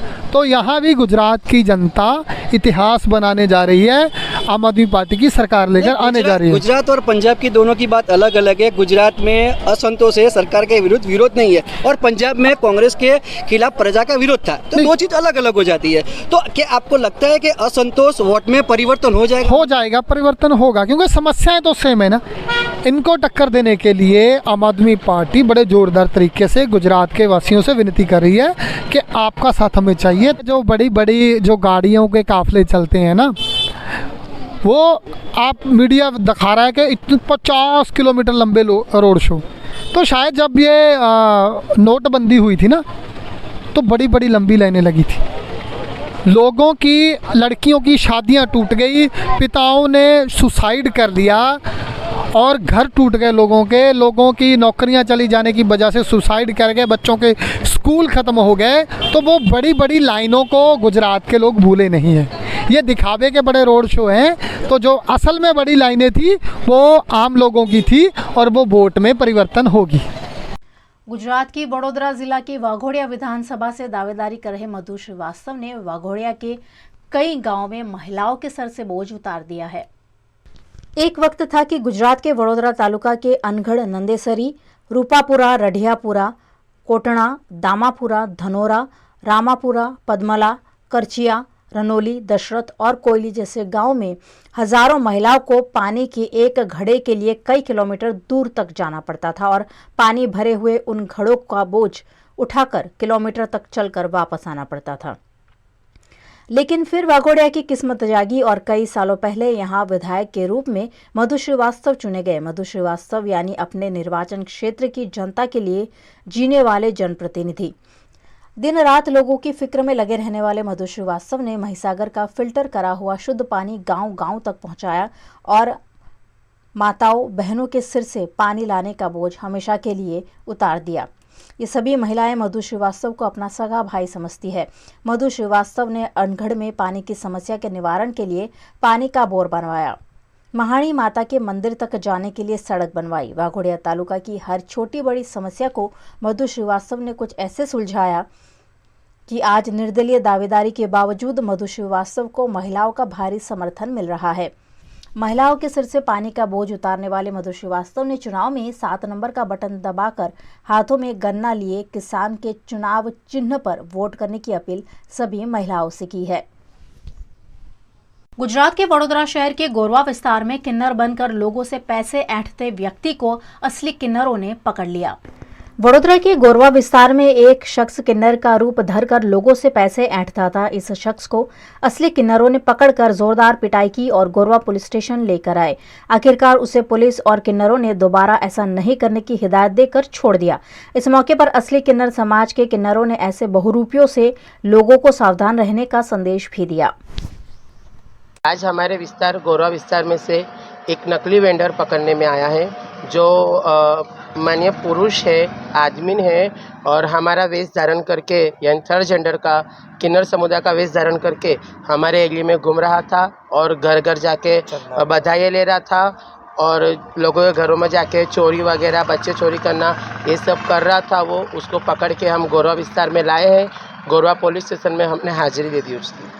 क्या मैसेज देना चाहोगे? मैं एक ही मैसेज देना चाहूँगी मेरी संस्था की नगरी वडोदरा नगरी को कि नकली वेंडरों से सावधान रहिए, सतर्क रहिए और ऐसा कोई भी नकली वेंडर दिखाए तो हमसे संपर्क कीजिए। हमारे कार्ड घर घर घूमे हुए हैं। हम जहाँ जहाँ बधाई लेने जाते हैं वहाँ हमारा विजिटिंग कार्ड देते हैं, हमारा कॉन्टैक्ट नंबर देते हैं और उसके बाद ही बधाई लेते हैं। और जो आपको नंबर दिया जाता है आपकी सोसाइटी में या आपके फरिये में या आपके मोहल्ले में कहीं भी जगह पे कोई भी नकली वेंडर दिखे, ऐसा लगा हमें नकली है, सिंगल है, उस वेंडर को आप पकड़िए और हमें मैसेज कीजिए। गुजरात विधानसभा चुनाव में तरह तरह की बातें सामने आ रही है। कुछ ऐसा ही बयान ओवैसी की पार्टी AIMIM छोड़ चुके शमशाद पठान और KR कोष्टी ने देते हुए कहा कि AIMIM भारतीय जनता पार्टी की ही पार्टी है। जब भाजपा यहाँ 27 साल से शासन में है और भाजपा अपना पूरा साम दाम दंड भेद तमाम लगा रही है कि वो इस चुनाव में किसी भी तरह करके सत्ता में वापसी करे, तो उसी सिलसिले में उन्होंने कई सारे पक्षों को गुजरात में इस बार चुनाव लड़ने के लिए बुलाया है। कई सारे अपक्षों को चुनाव लड़ने के लिए भाजपा ने खड़ा किया है। तो ऐसी ही एक पार्टी के साथ मैं भी भूतकाल में जुड़ा हुआ था। उस पार्टी का नाम है ऑल इंडिया मजलिस-ए-इत्तेहादुल मुस्लिमीन, जिसके गुजरात के उप प्रमुख के तौर पे मैंने 16 अप्रैल 2022 को इस्तीफ़ा दिया था। और उस समय जो चीज़ें मैंने पक्ष के लिए बताई थी वो तमाम बातें इस विधानसभा चुनाव के जब नामांकन लोगों के भरे जा रहे थे, जो उनके उम्मीदवार भरे जा रहे थे, वो तमाम चीज़ें सही पाई गई। अपनी बात करता हूँ कि मैं 1 साल पहले पार्टी में जुड़ा था और मुझे कोऑर्डिनेटर, स्टेट कोऑर्डिनेटर बनाया गया था और पार्टी में ज्वाइन होने के टाइम पे ही मैंने ये बात साफ कर दी थी कि मैं ये पार्टी में कोई चुनाव लड़ने नहीं आया हूँ। और इस बात से एक बात बिल्कुल साफ हो जाती है कि पार्टी में मेरे से किसी को भी कोई प्रकार का राजकीय रीत से उनको रिस्क नहीं था कि मैं किसी की जगह ले लूँगा। और पार्टी ने बहुत सारे लोगों को बहुत सारे ओहदेदार बनाए थे, लेकिन बदनसीबी से और अच्छा नहीं लग रहा कहते, लेकिन किसी के पास कोई अधिकार और कोई सत्ता नहीं थी। तो जैसा कि 2021 में पार्टी जब नई यहाँ पर आई थी, तब लोगों का रिस्पांस नई पार्टी होने के नाते मुस्लिम डोमिनेशन और मुस्लिमों की नेतागिरी खड़ी करने के हेतु पे सभी लोगों ने, गुजरात के पब्लिक ने अच्छा रिस्पांस दिया था और कुल 25 काउंसिलर जिता के लाई थी AIMIM। लेकिन उसके बाद विधानसभा का जब सवाल आया तो करीबन इलेक्शन के 6 महीने पहले से मैं स्टेट प्रेसिडेंट को बार बार कहता था कि आप अगर विधानसभा के इलेक्शन में जाना चाहते हैं तो आपको इलेक्शन में जाने के लिए जो तैयारियां करनी पड़ती है कि भाई जैसे कि मेंबरशिप ड्राइव है, लोगों से मिलना है, नुक्कड़ सभा करना है, बूथ की टीम तैयार करना है, इन सब चीज़ों के लिए मैंने उनसे बार बार रिक्वेस्ट की और उनको समझाने की भी कोशिश की, लेकिन उन्होंने ऐसा कुछ नहीं किया। और ऐसा है कि ये MIM जो पार्टी है उसकी विचारधारा में एक बात बिल्कुल साफ है और उसका जो स्लोगन अभी चल रहा है, एक कदम हिस्सेदारी की ओर, मतलब मुस्लिमों को सत्ता में पार्टिसिपेशन देने के लिए ये पार्टी काम करती है। तो उसकी ये विचारधारा है कि मुस्लिमों की नेतागिरी खड़ी करना दी है कि रिजल्ट आने पे अगर कोई MIM में से MLA बनता है तो वो सिर्फ साबिर काबलिया वाला बने और दूसरा कोई नहीं बने।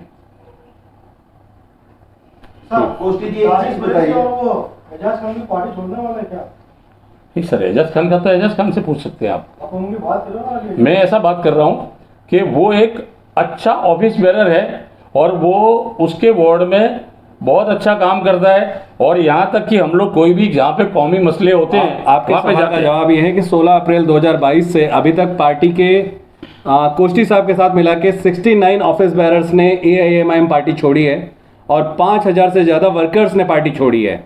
आप AIMIM का स्टैंड आप देख सकते हैं कि कहाँ पे है और आने वाले दिन में शायद 8 तारीख को बहुत सारे इस्तीफे और आएंगे। अच्छा, आपने अभी एक बात कही कि ओवैसी जी से नहीं, इतनी बात CR पाटिल से हाँ साबिर भाई करते थे। हाँ, क्या मतलब बातचीत हुई थी, क्या बातचीत उनके बीच में हुई थी, उसका कुछ आप बता सकते हैं या कोई प्रूफ आपके पास है या क्या है? देखिए ऐसा है कि जब साबिर भाई को जो थ्रेट मिला था डेथ का, आप सब लोग जानते हैं, डेथ का थ्रेट मिला, उसके बाद से उनकी फ़ोन पे बातचीत, और वैसे हम लोग ऑफिस में जाते हैं तो कभी कभी क्या है, फ़ोन में उनका फ़ोन पड़ा होता है टेबल पे और फ़ोन में जब रिंग आती है तब सेव किया हुआ नंबर नाम दिखता है। और ऐसा ज़रूरी है कि साबिर भाई हमारे सामने सब बात करें, वो तो साबिर भाई से ही पूछना पड़ेगा ना। और मैं तो कह रहा हूँ ना कि उनकी कॉल डिटेल पब्लिक करे वो, कि उनसे उनकी बात होती है कि नहीं होती है और उन्होंने बात की है कि नहीं की है।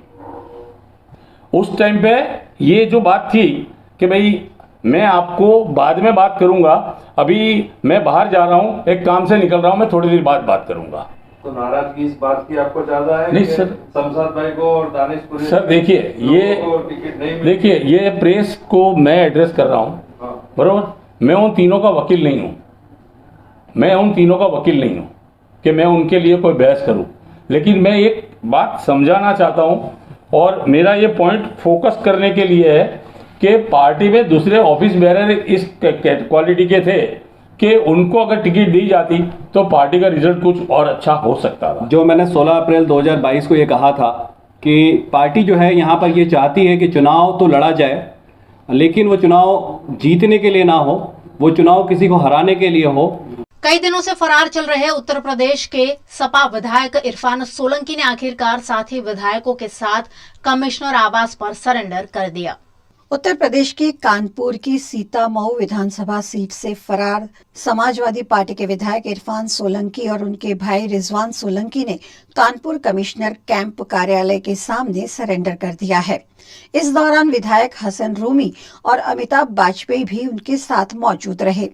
पिछले महीने एक भूमि विवाद में एक महिला को कथित रूप से परेशान करने और उनके घर में आग लगाने के आरोप में पुलिस ने उनके खिलाफ मामला दर्ज किया था और तब से वे फरार चल रहे थे।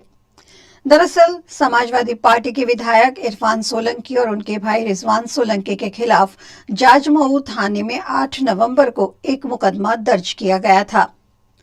मुकदमा एक महिला ने दर्ज कराया था जिसमें आरोप है कि विधायक, उनके भाई और अन्य उनके प्लॉट पर कब्जा करना चाहते हैं।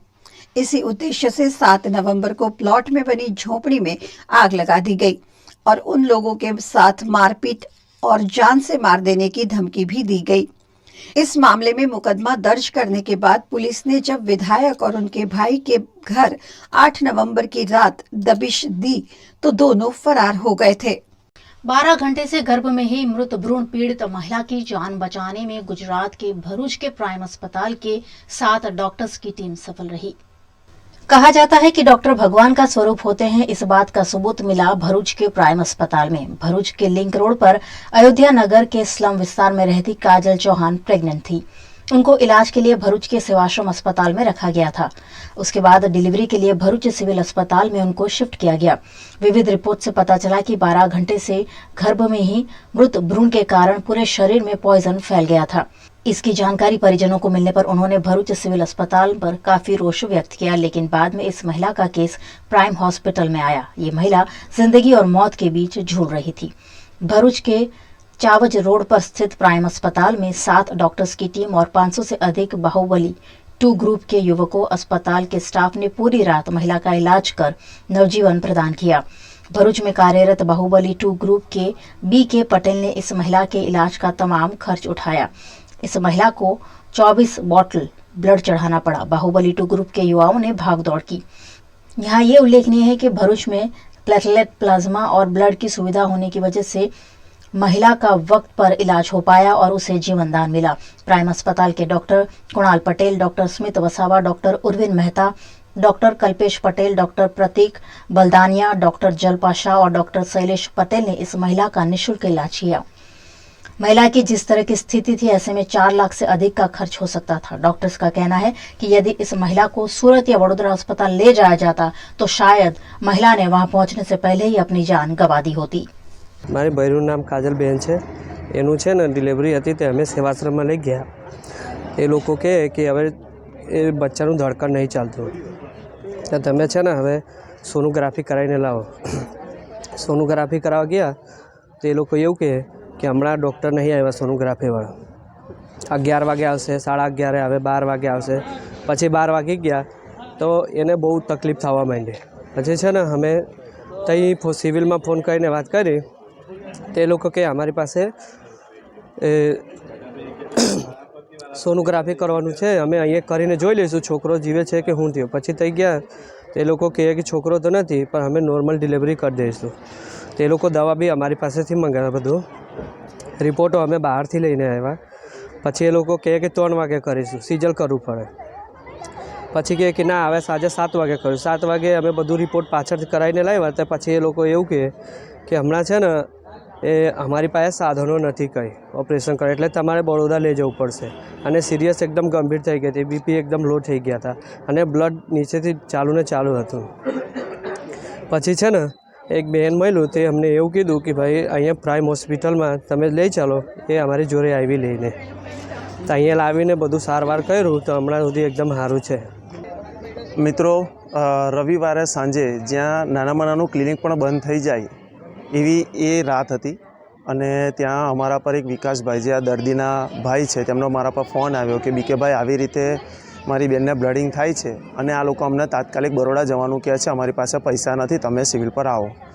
તો અમે ત્યાં ગયા ને ત્યાં જોયું તો બેન પોતે જ આખા બ્લડની અંદર હતા સ્ટ્રેચર પર અને એ લોકો પેશન્ટ કાઢવાની વાત કરે છે કે પેશન્ટને જેમ બને અહીંયાથી જલ્દી તમે લઈ જાઓ। એટલે પેશન્ટ ઓલમોસ્ટ મરવાની કન્ડિશનમાં હતો ને આ લોકો બરોડા સુરતની વાત કરતા હતા। પેશન્ટ જ્યારે બપોરનું એમના પાસે આવી ગયું ત્યારે એમની પાસે કોઈ સાધન સામગ્રી નથી તો એ લોકોએ જાણ કરવી જોઈતી હતી। હવે એ લોકો એમના બચાવમાં એ લોકો પેશન્ટને કાઢવાની વાત કરે છે। જ્યારે 12 વાગ્યાના આવ્યા તો 1 વાગે એમને કહેતા નથી કે અમારી પાસે સાધન સામગ્રી નથી, તમે બીજા કોઈ હોસ્પિટલમાં લઈ જાઓ। રાતે 7 વાગે 8 વાગે એ લોકોને એવું કહે છે કે હવે અમારી પાસે આટલા ઇક્વિપમેન્ટ નથી, તમે આ પેશન્ટને બરોડા સુરત લઈ જાઓ। હવે બરોડા સુરત લઈ જવામાં પોતે મહિલા આખી સ્ટ્રેચર પર બ્લડવાળા હતા। હવે ત્યાં લઈ જવું એ શક્ય નહોતું। લગભગ એ મહિલા આપણું ભરૂચ ક્રોસ કરે ને તો પણ મરી જાય એવી સ્થિતિ હતી। તો ત્યાં અમે વાત કરી કે કોઈ ખાનગી હોસ્પિટલમાં, ત્યાં એક સફાઈ કર્મી મહિલા છે સિવિલમાં, તેમણે અમને શૈલેષભાઈ જે પ્રાઇમ હોસ્પિટલના ઓનર છે તેમનો અમને રેફરન્સ આપ્યો કે ત્યાં લઈ જાઓ, ત્યાં તમારું પેશન્ટ બચી જાય એમ એમને એટલો વિશ્વાસ અપાવ્યો સિવિલના સફાઈ કર્મચારી બેને। તો અમે અહીંયા આવ્યા, શૈલેષભાઈ જોડે વાત કરી, એમની ડૉક્ટરની ટીમ, સ્મિત સાહેબ, શ્રુતિ મેડમ એ લોકોએ ખડે પગે આજ દિન સુધી અમારા પાસે એક રૂપિયો પણ આજની તારીખ સુધી પણ હજી સુધી એક રૂપિયો પણ માંગણી નથી કરી. એ પેશન્ટ અત્યારે મરણ સ્થિતિ પરથી એમને બીજું જીવન આપનાર શૈલેષ સાહેબ છે. અમારે ત્યાં કાજલબેન કરીને પેશન્ટ સન્ડે આવ્યું હતું રાત્રે 7:30-8ની આસપાસ. પેશન્ટ સિવિલમાંથી રિફર થઈને બરોડા જતું હતું, પણ પેશન્ટ પછી અમારો કોન્ટેક્ટ થયો અને અહીંયા અમે એને ટ્રીટમેન્ટ માટે લીધું. પેશન્ટને લગભગ 12 કલાક પહેલાંથી જ અંદર પેટમાં બાળક એક્સપાયર થઈ ગયું હતું, એટલે એનું ઝેર એ ફેલાઈ ગયું હતું આખા બોડીમાં અને એને બ્લીડિંગ પણ ચાલુ થઈ ગયું હતું, જેને અમારી ભાષામાં એબ્રપ્શન કહેવાય. એટલે પેશન્ટને બ્લીડિંગ બી ખાસું થયું હતું અને એના બધા રિપોર્ટના આધારે પેશન્ટ DICમાં હતું. એટલે અમે પેશન્ટને અહીંયા ટ્રીટ કર્યું, એને OTમાં લીધું અને 6 ડૉક્ટરોની ટીમ એકદમ ખડે પગે હાજર રહી. સવાર સુધી એની પાછળ બહુ જ મહેનત કરી. એને ટોટલ અમે 23 બોટલ લોહી ચડાવ્યું. ત્યારે પેશન્ટ અત્યારે એકદમ સ્ટેબલ કન્ડિશનમાં છે અને ઘરે જઈ રહ્યું છે. અને પેશન્ટ એકદમ સિરિયસ કન્ડિશનમાં આવ્યું હતું અને એને સારી ટ્રીટમેન્ટ મળી. એના આધારે પેશન્ટ આજે ઘરે જઈ રહ્યું છે. મને આ પત્રકાર મિત્રોને જણાવતા એટલો આનંદ થાય છે કે આપણી પાસે રવિવારના દિવસે સાંજે 7:30 વાગે મને એક સફાઈ કર્મચારી દ્વારા ફોન કરવામાં આવ્યો કે એક બેન છે જેમને 10 વાગ્યા સવારના 10 વાગ્યાથી બાળક પેટમાં મૃત છે અને સિવિલ હોસ્પિટલમાં એડમિટ છે, પરંતુ એની ટ્રીટમેન્ટ ત્યાં કરી છે લોકોએ, પણ હવે એવું કહે છે કે એમને બરોડા સુરત ખસેડો, કારણ કે અહીંયા અમારી પાસે કોઈ એવી સગવડ નથી કે અમે એમને સર્વાઈવ કરી શકીએ. અને એવી કન્ડિશનમાં એવા સ્લમ એરિયામાંથી એ પેશન્ટ આવે છે કે એમની કોઈ એવી પરિસ્થિતિ નથી કે વડોદરા સુરત જઈ શકે. અને ક્લિનિકલ કન્ડિશનો મારા ડૉક્ટરના કહ્યા પ્રમાણે અને એમના અનુભવ પ્રમાણે એવું કહે છે કે એ બરોડા સુધી જઈ જ ન શકતે, કારણ કે છેલ્લા 2-3 કલાકથી એમને બ્લીડિંગ શરીરમાં ચાલુ થઈ ગયું હતું, કારણ કે પોઈઝન શરીરમાં થઈ જવાને લીધે બાળક મૃત હતું. એના પોઈઝનને લીધે એ બ્લડ એમનું ચાલુ થઈ ગયું હતું નીકળવાનું, જેના કારણે શરીરમાં બ્લડ ન રહી શકે. 25 વર્ષની ઉંમરના બેન છે જેમને ઓલરેડી 2 દીકરા છે ઘરમાં, અને એવી કન્ડિશનમાં એમને હું ખરેખર તમને કહું કે આ મને જણાવતા એટલો આનંદ થાય છે કે આવા પણ ગ્રુપ ભરૂચની અંદર કાર્યરત છે કે જે બાહુબલી ગ્રુપ છે BK પટેલ, કે જેમને 400 થી 500 છોકરા એક સાથે હોસ્પિટલ પર એ બેનને લઈને આવ્યા. અમે એમની ટ્રીટમેન્ટ માટે અમારા ડૉક્ટરોએ એમને સમજાવ્યા કે આમાં 1% ચાન્સ છે બચવાનો, કારણ કે એમના શરીરમાંથી ઘણું લોહી વહી ચૂક્યું હતું. અને એવી કન્ડિશનમાં એ બ્લડ ત્યારે બંધ થાય, ક્લિનિકલ જે વાત કરીએ એના પ્રમાણે ક્યારે બ્લડ બંધ થાય એ એક જ પરિસ્થિતિમાં બંધ થાય કે નવું બ્લડ ચડે, નવા પ્લાઝમા ચડે, નવા પ્લેટલેટ ચડે અને એ એના બોડીને બંધારણ કરે તો એ બ્લડિંગ બંધ થાય. અને જો બ્લડિંગ બંધ ના થાય તો પેશન્ટ ગમે ત્યારે એક્સપાયર થઈ શકે. 1 મિનિટમાં એક્સપાયર થવાના ચાન્સીસ હતા, 1% ચાન્સીસ હતો કે એ બચી શકે. એવી કન્ડિશનમાં બધાને સમજાવીને અમે કોઈ ન લે તેવા કામ અમે લીધું છે. અને અમારા ડૉક્ટરો 6 ડૉક્ટર અમે ભેગા કર્યા. અમારા ગાયનેકોલોજીસ્ટ જલ્પા શાહ, ડૉક્ટર કુનાલ પટેલ, પછી ડૉક્ટર સ્મિત વસાવા સર્જન છે, અમારા આપણે ઇન્ટેન્સિવિસ્ટ છે ડૉક્ટર કલ્પેશ પટેલ, ડૉક્ટર ઉર્વિન મહેતા, બધાએ ડૉક્ટરો એકસાથે ભેગા થઈ ગયા અને બાહુબલી ગ્રુપના 500 છોકરાઓ જે આખી રાત બ્લડ ડોનેશન કર્યું. અને યુનિટી બ્લડ બેંક જે આજે સૌથી વધારે આ બેનને બચાવવા માટે, આજે બેન જ્યારે બચ્યા છે તો એવું કહેવાય કે બહુ ઓછા કેસમાં બેન કોઈ બી બચતા હોય છે, એવા સમયમાં યુનિટી બ્લડ બેંકે આખી રાત એમને બ્લડ પ્રોવાઈડ કર્યા છે. 20થી વધારે બ્લડ આપ્યા છે, જેમાં પ્લાઝમા જે આપણા ભરૂચમાં કોઈ જગ્યાએ મળતા નહોતા આની પહેલાં, અને એ બરોડા સુરત લેવા જવું પડતું હતું કે પ્લાઝમા લેવા જતાં પહેલાં માણસ અહીંયા એક્સપાયર થઈ જાય. એવી કન્ડિશનમાં આપણને યુનિટી બ્લડ બેંકે જે સેવા ચાલુ કરી છે એમાં પ્લાઝમા આપણને આખી રાત મળ્યા.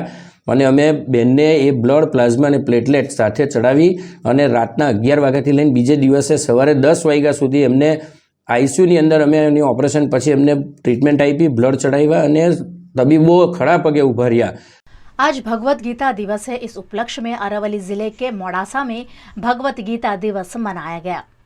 अरवली जिले के मोड़ासा में आज भगवत गीता दिवस के उपलक्ष्य में शहर की मोड़ासा की केलवनी मंडल संचालित शालाओं के 4000 से अधिक बच्चों ने भगवत गीता पुस्तक की पूजा अर्चना की। मोड़ासा आर्ट्स कॉलेज के आचार्य दीपक जोशी ने उपस्थितों को भगवत गीता संबंधी जानकारी दी।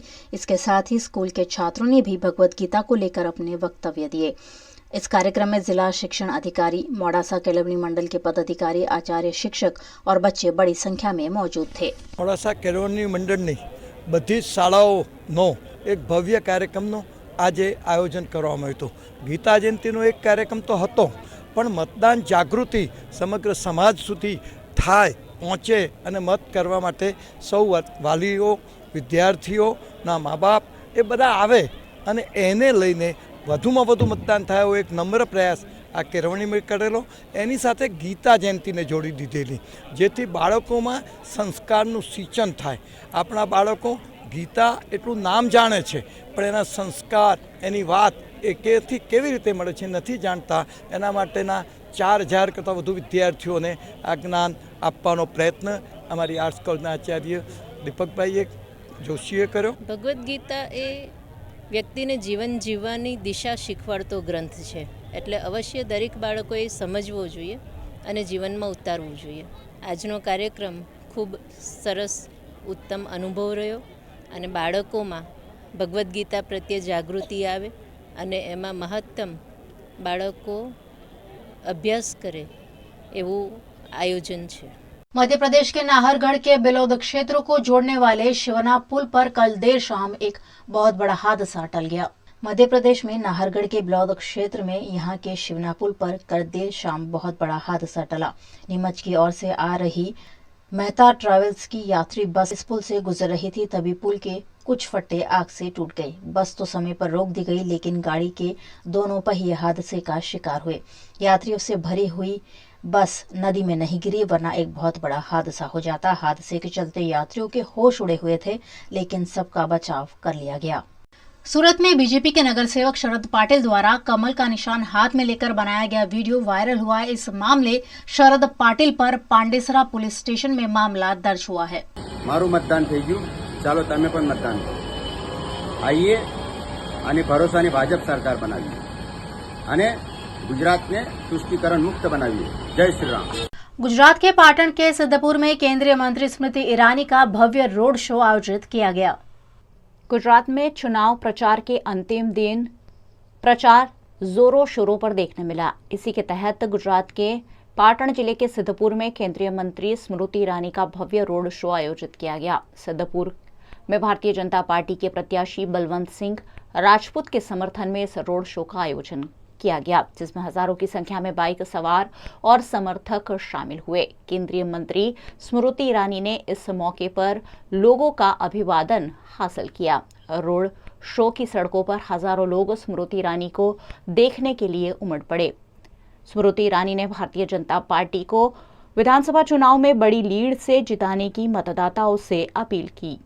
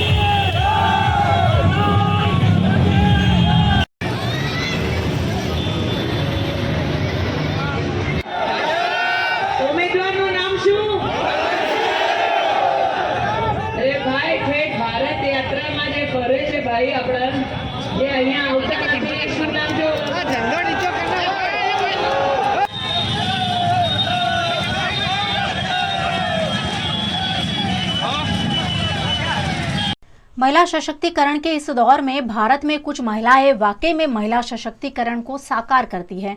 उन्हीं में से एक है कांग्रेस की झारखंड की विधायिका अंबा प्रसाद। बड़कागांव विधानसभा सीट से 27 साल की अंबा प्रसाद ने चुनाव जीतकर 2019 में सबसे कम उम्र की विधायिका बनने का इतिहास रचा था। उन्होंने आजसू पार्टी के प्रत्याशी रोशनलाल चौधरी को 30,140 वोटों से हराया था। अंबा के मुताबिक वो IAS बनना चाहती थी, जिसके लिए वो दिल्ली में कोचिंग कर रही थी, मगर पिता पर लगे गंभीर राजनैतिक आरोपों के चलते उन्हें वापस लौटना पड़ा। यहीं से उनके राजनैतिक करियर की शुरुआत हो गई। सिविल्स में कोचिंग कर ही रही थी कि राजनीति में उनकी एंट्री हो गई और तभी से वे एक अलग विधायिका के रूप में अपनी पहचान बना रही है। इन दिनों गुजरात चुनाव में कांग्रेस की ये विधायिका अंबा प्रसाद कांग्रेस पार्टी का प्रचार करती हुई नजर आई और इस दौरान वीएनएम टीवी ने उनसे खास बातचीत की। देखिए, परिस्थिति तो आप जानते ही हैं पूरे देश में कैसा है। जो लोग आलोचना करते हैं, जो लोग जन मुद्दों को उठाते हैं, जो लोगों के हित और हक अधिकार की बात करते हैं, उनको दबाया जाता है, कुचला जाता है। उसी तरह से मेरे पिता पूर्व मंत्री श्री योगेंद्र साव, वो लोगों का भावना, लोगों के बात को हमेशा एक लड़ाकू विमान की तरह हमेशा लड़ते रहे। उनके अधिकार के लिए जो ज़मीन है उसको औने पौने दाम पे एनटीपीसी लेना चाहती थी। कोई रोज़गार की बात नहीं। वहाँ पे किसान पूरा भरे पूरे, वहाँ पे जंगल पूरे, हमारे जो क्षेत्र में जंगल है उसकी तारीफ़ की जाती थी। जंगल की चर्चा होती थी पूरे राज्य भर में कि हमारे क्षेत्र का जंगल जो है बड़कागांव विधानसभा का, उसका चर्चा पूरे राज्य में होता था। लेकिन उस जंगल को साफ करने का प्रयास किया जा रहा था, जो अभी तो कर ही दिया गया क्योंकि पूर्व में बीजेपी की सरकार थी। उस समय 2016 में हमारे राज्य में चुनाव भी थे, राज्यसभा चुनाव। उसमें वोट का भी हॉर्स ट्रेडिंग भी किया जा रहा था। बीजेपी की सरकार थी, बहुत तरह के हथकंडे अपनाए जा रहे थे। मेरे पिताजी पूर्व मंत्री श्री योगेंद्र साव, मेरी माताजी भी विधायक थी, तो उनका वोट को बोला गया कि आप वोट देने नहीं जाएंगे, और नहीं जाएंगे तो आपको ये ऑफ़र दिया जाएगा, जाएंगे तो आपके साथ ये किया जाएगा। तो भी उन्होंने डटकर सामना किया और उसी का नतीजा है कि सभी को जेल में डाल दिया गया।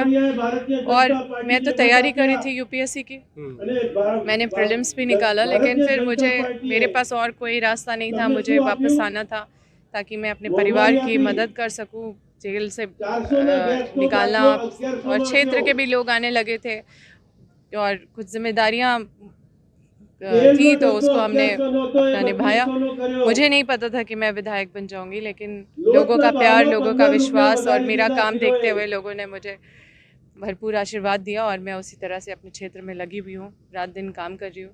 आज मैं बहुत दूर से आई हूँ और आप जानते हैं कि देश की क्या हालत है। लोगों को बांटने का काम किया जा रहा है। कोई भी मुद्दे जिससे हमारा विकास, जिससे हमारा भविष्य जुड़ा हुआ है, जिससे देश का भविष्य जुड़ा हुआ है, उन मुद्दों पे बिल्कुल बात नहीं किया जा रहा है। बातें सिर्फ हो रही है लोगों को भटकाने की, लोगों को लड़ाने की। आप कोई भी टीवी चैनल खोल लीजिए, सिर्फ लोगों को भटकाने का और गुमराह करने का बात किया जा रहा है। सही मायने में देखा जाए तो लोगों की भावनाओं के साथ खेला जा रहा है। एक परिवर्तन तो चाहिए और हम लोग जिस पैशन से जुड़े हैं, जिसको समाज के नज़र में एक अलग चीज़ है, तो क्योंकि मुझे पोलो एसोसिएशन, इंटरनेशनल पोलो एसोसिएशन ने वुमेंस डे में गिफ्ट किया था, क्योंकि मैं हॉर्स राइडर थी, तो उनको पता चला कि मैं एमएलए बन गई हूँ। तो मेरे पैशन बहुत ज़्यादा थे हॉर्स राइडिंग में और पोलो भी सीख रही थी, लेकिन बहुत परेशानियाँ थी, ये सब कर नहीं पाई। तो उन्होंने मुझे गिफ्ट किया कि आप अपने सपनों को छोड़िए नहीं, इसको भी आप अपने हॉबीज़ में डालिए आप।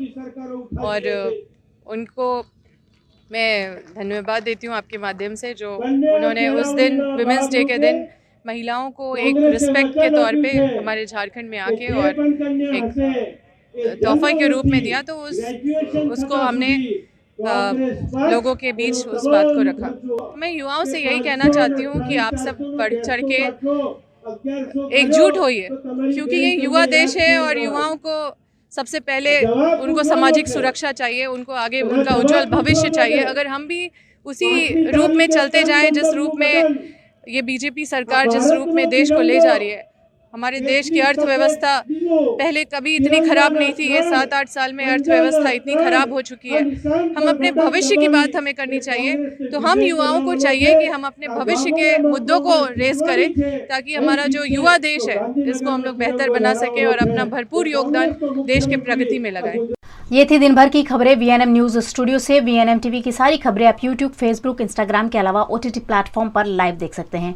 आप Dailyhunt, Jio TV, Vodafone TV, Joy TV और रॉक टीवी पर 24 घंटे वीएनएम न्यूज देख सकते हैं। तो देखते रहिए वीएनएम न्यूज, साथ ही खुद को रखिए अपडेटेड गुजरात के विधानसभा चुनावी माहौल से। मुझे दीजिए इजाजत, नमस्कार।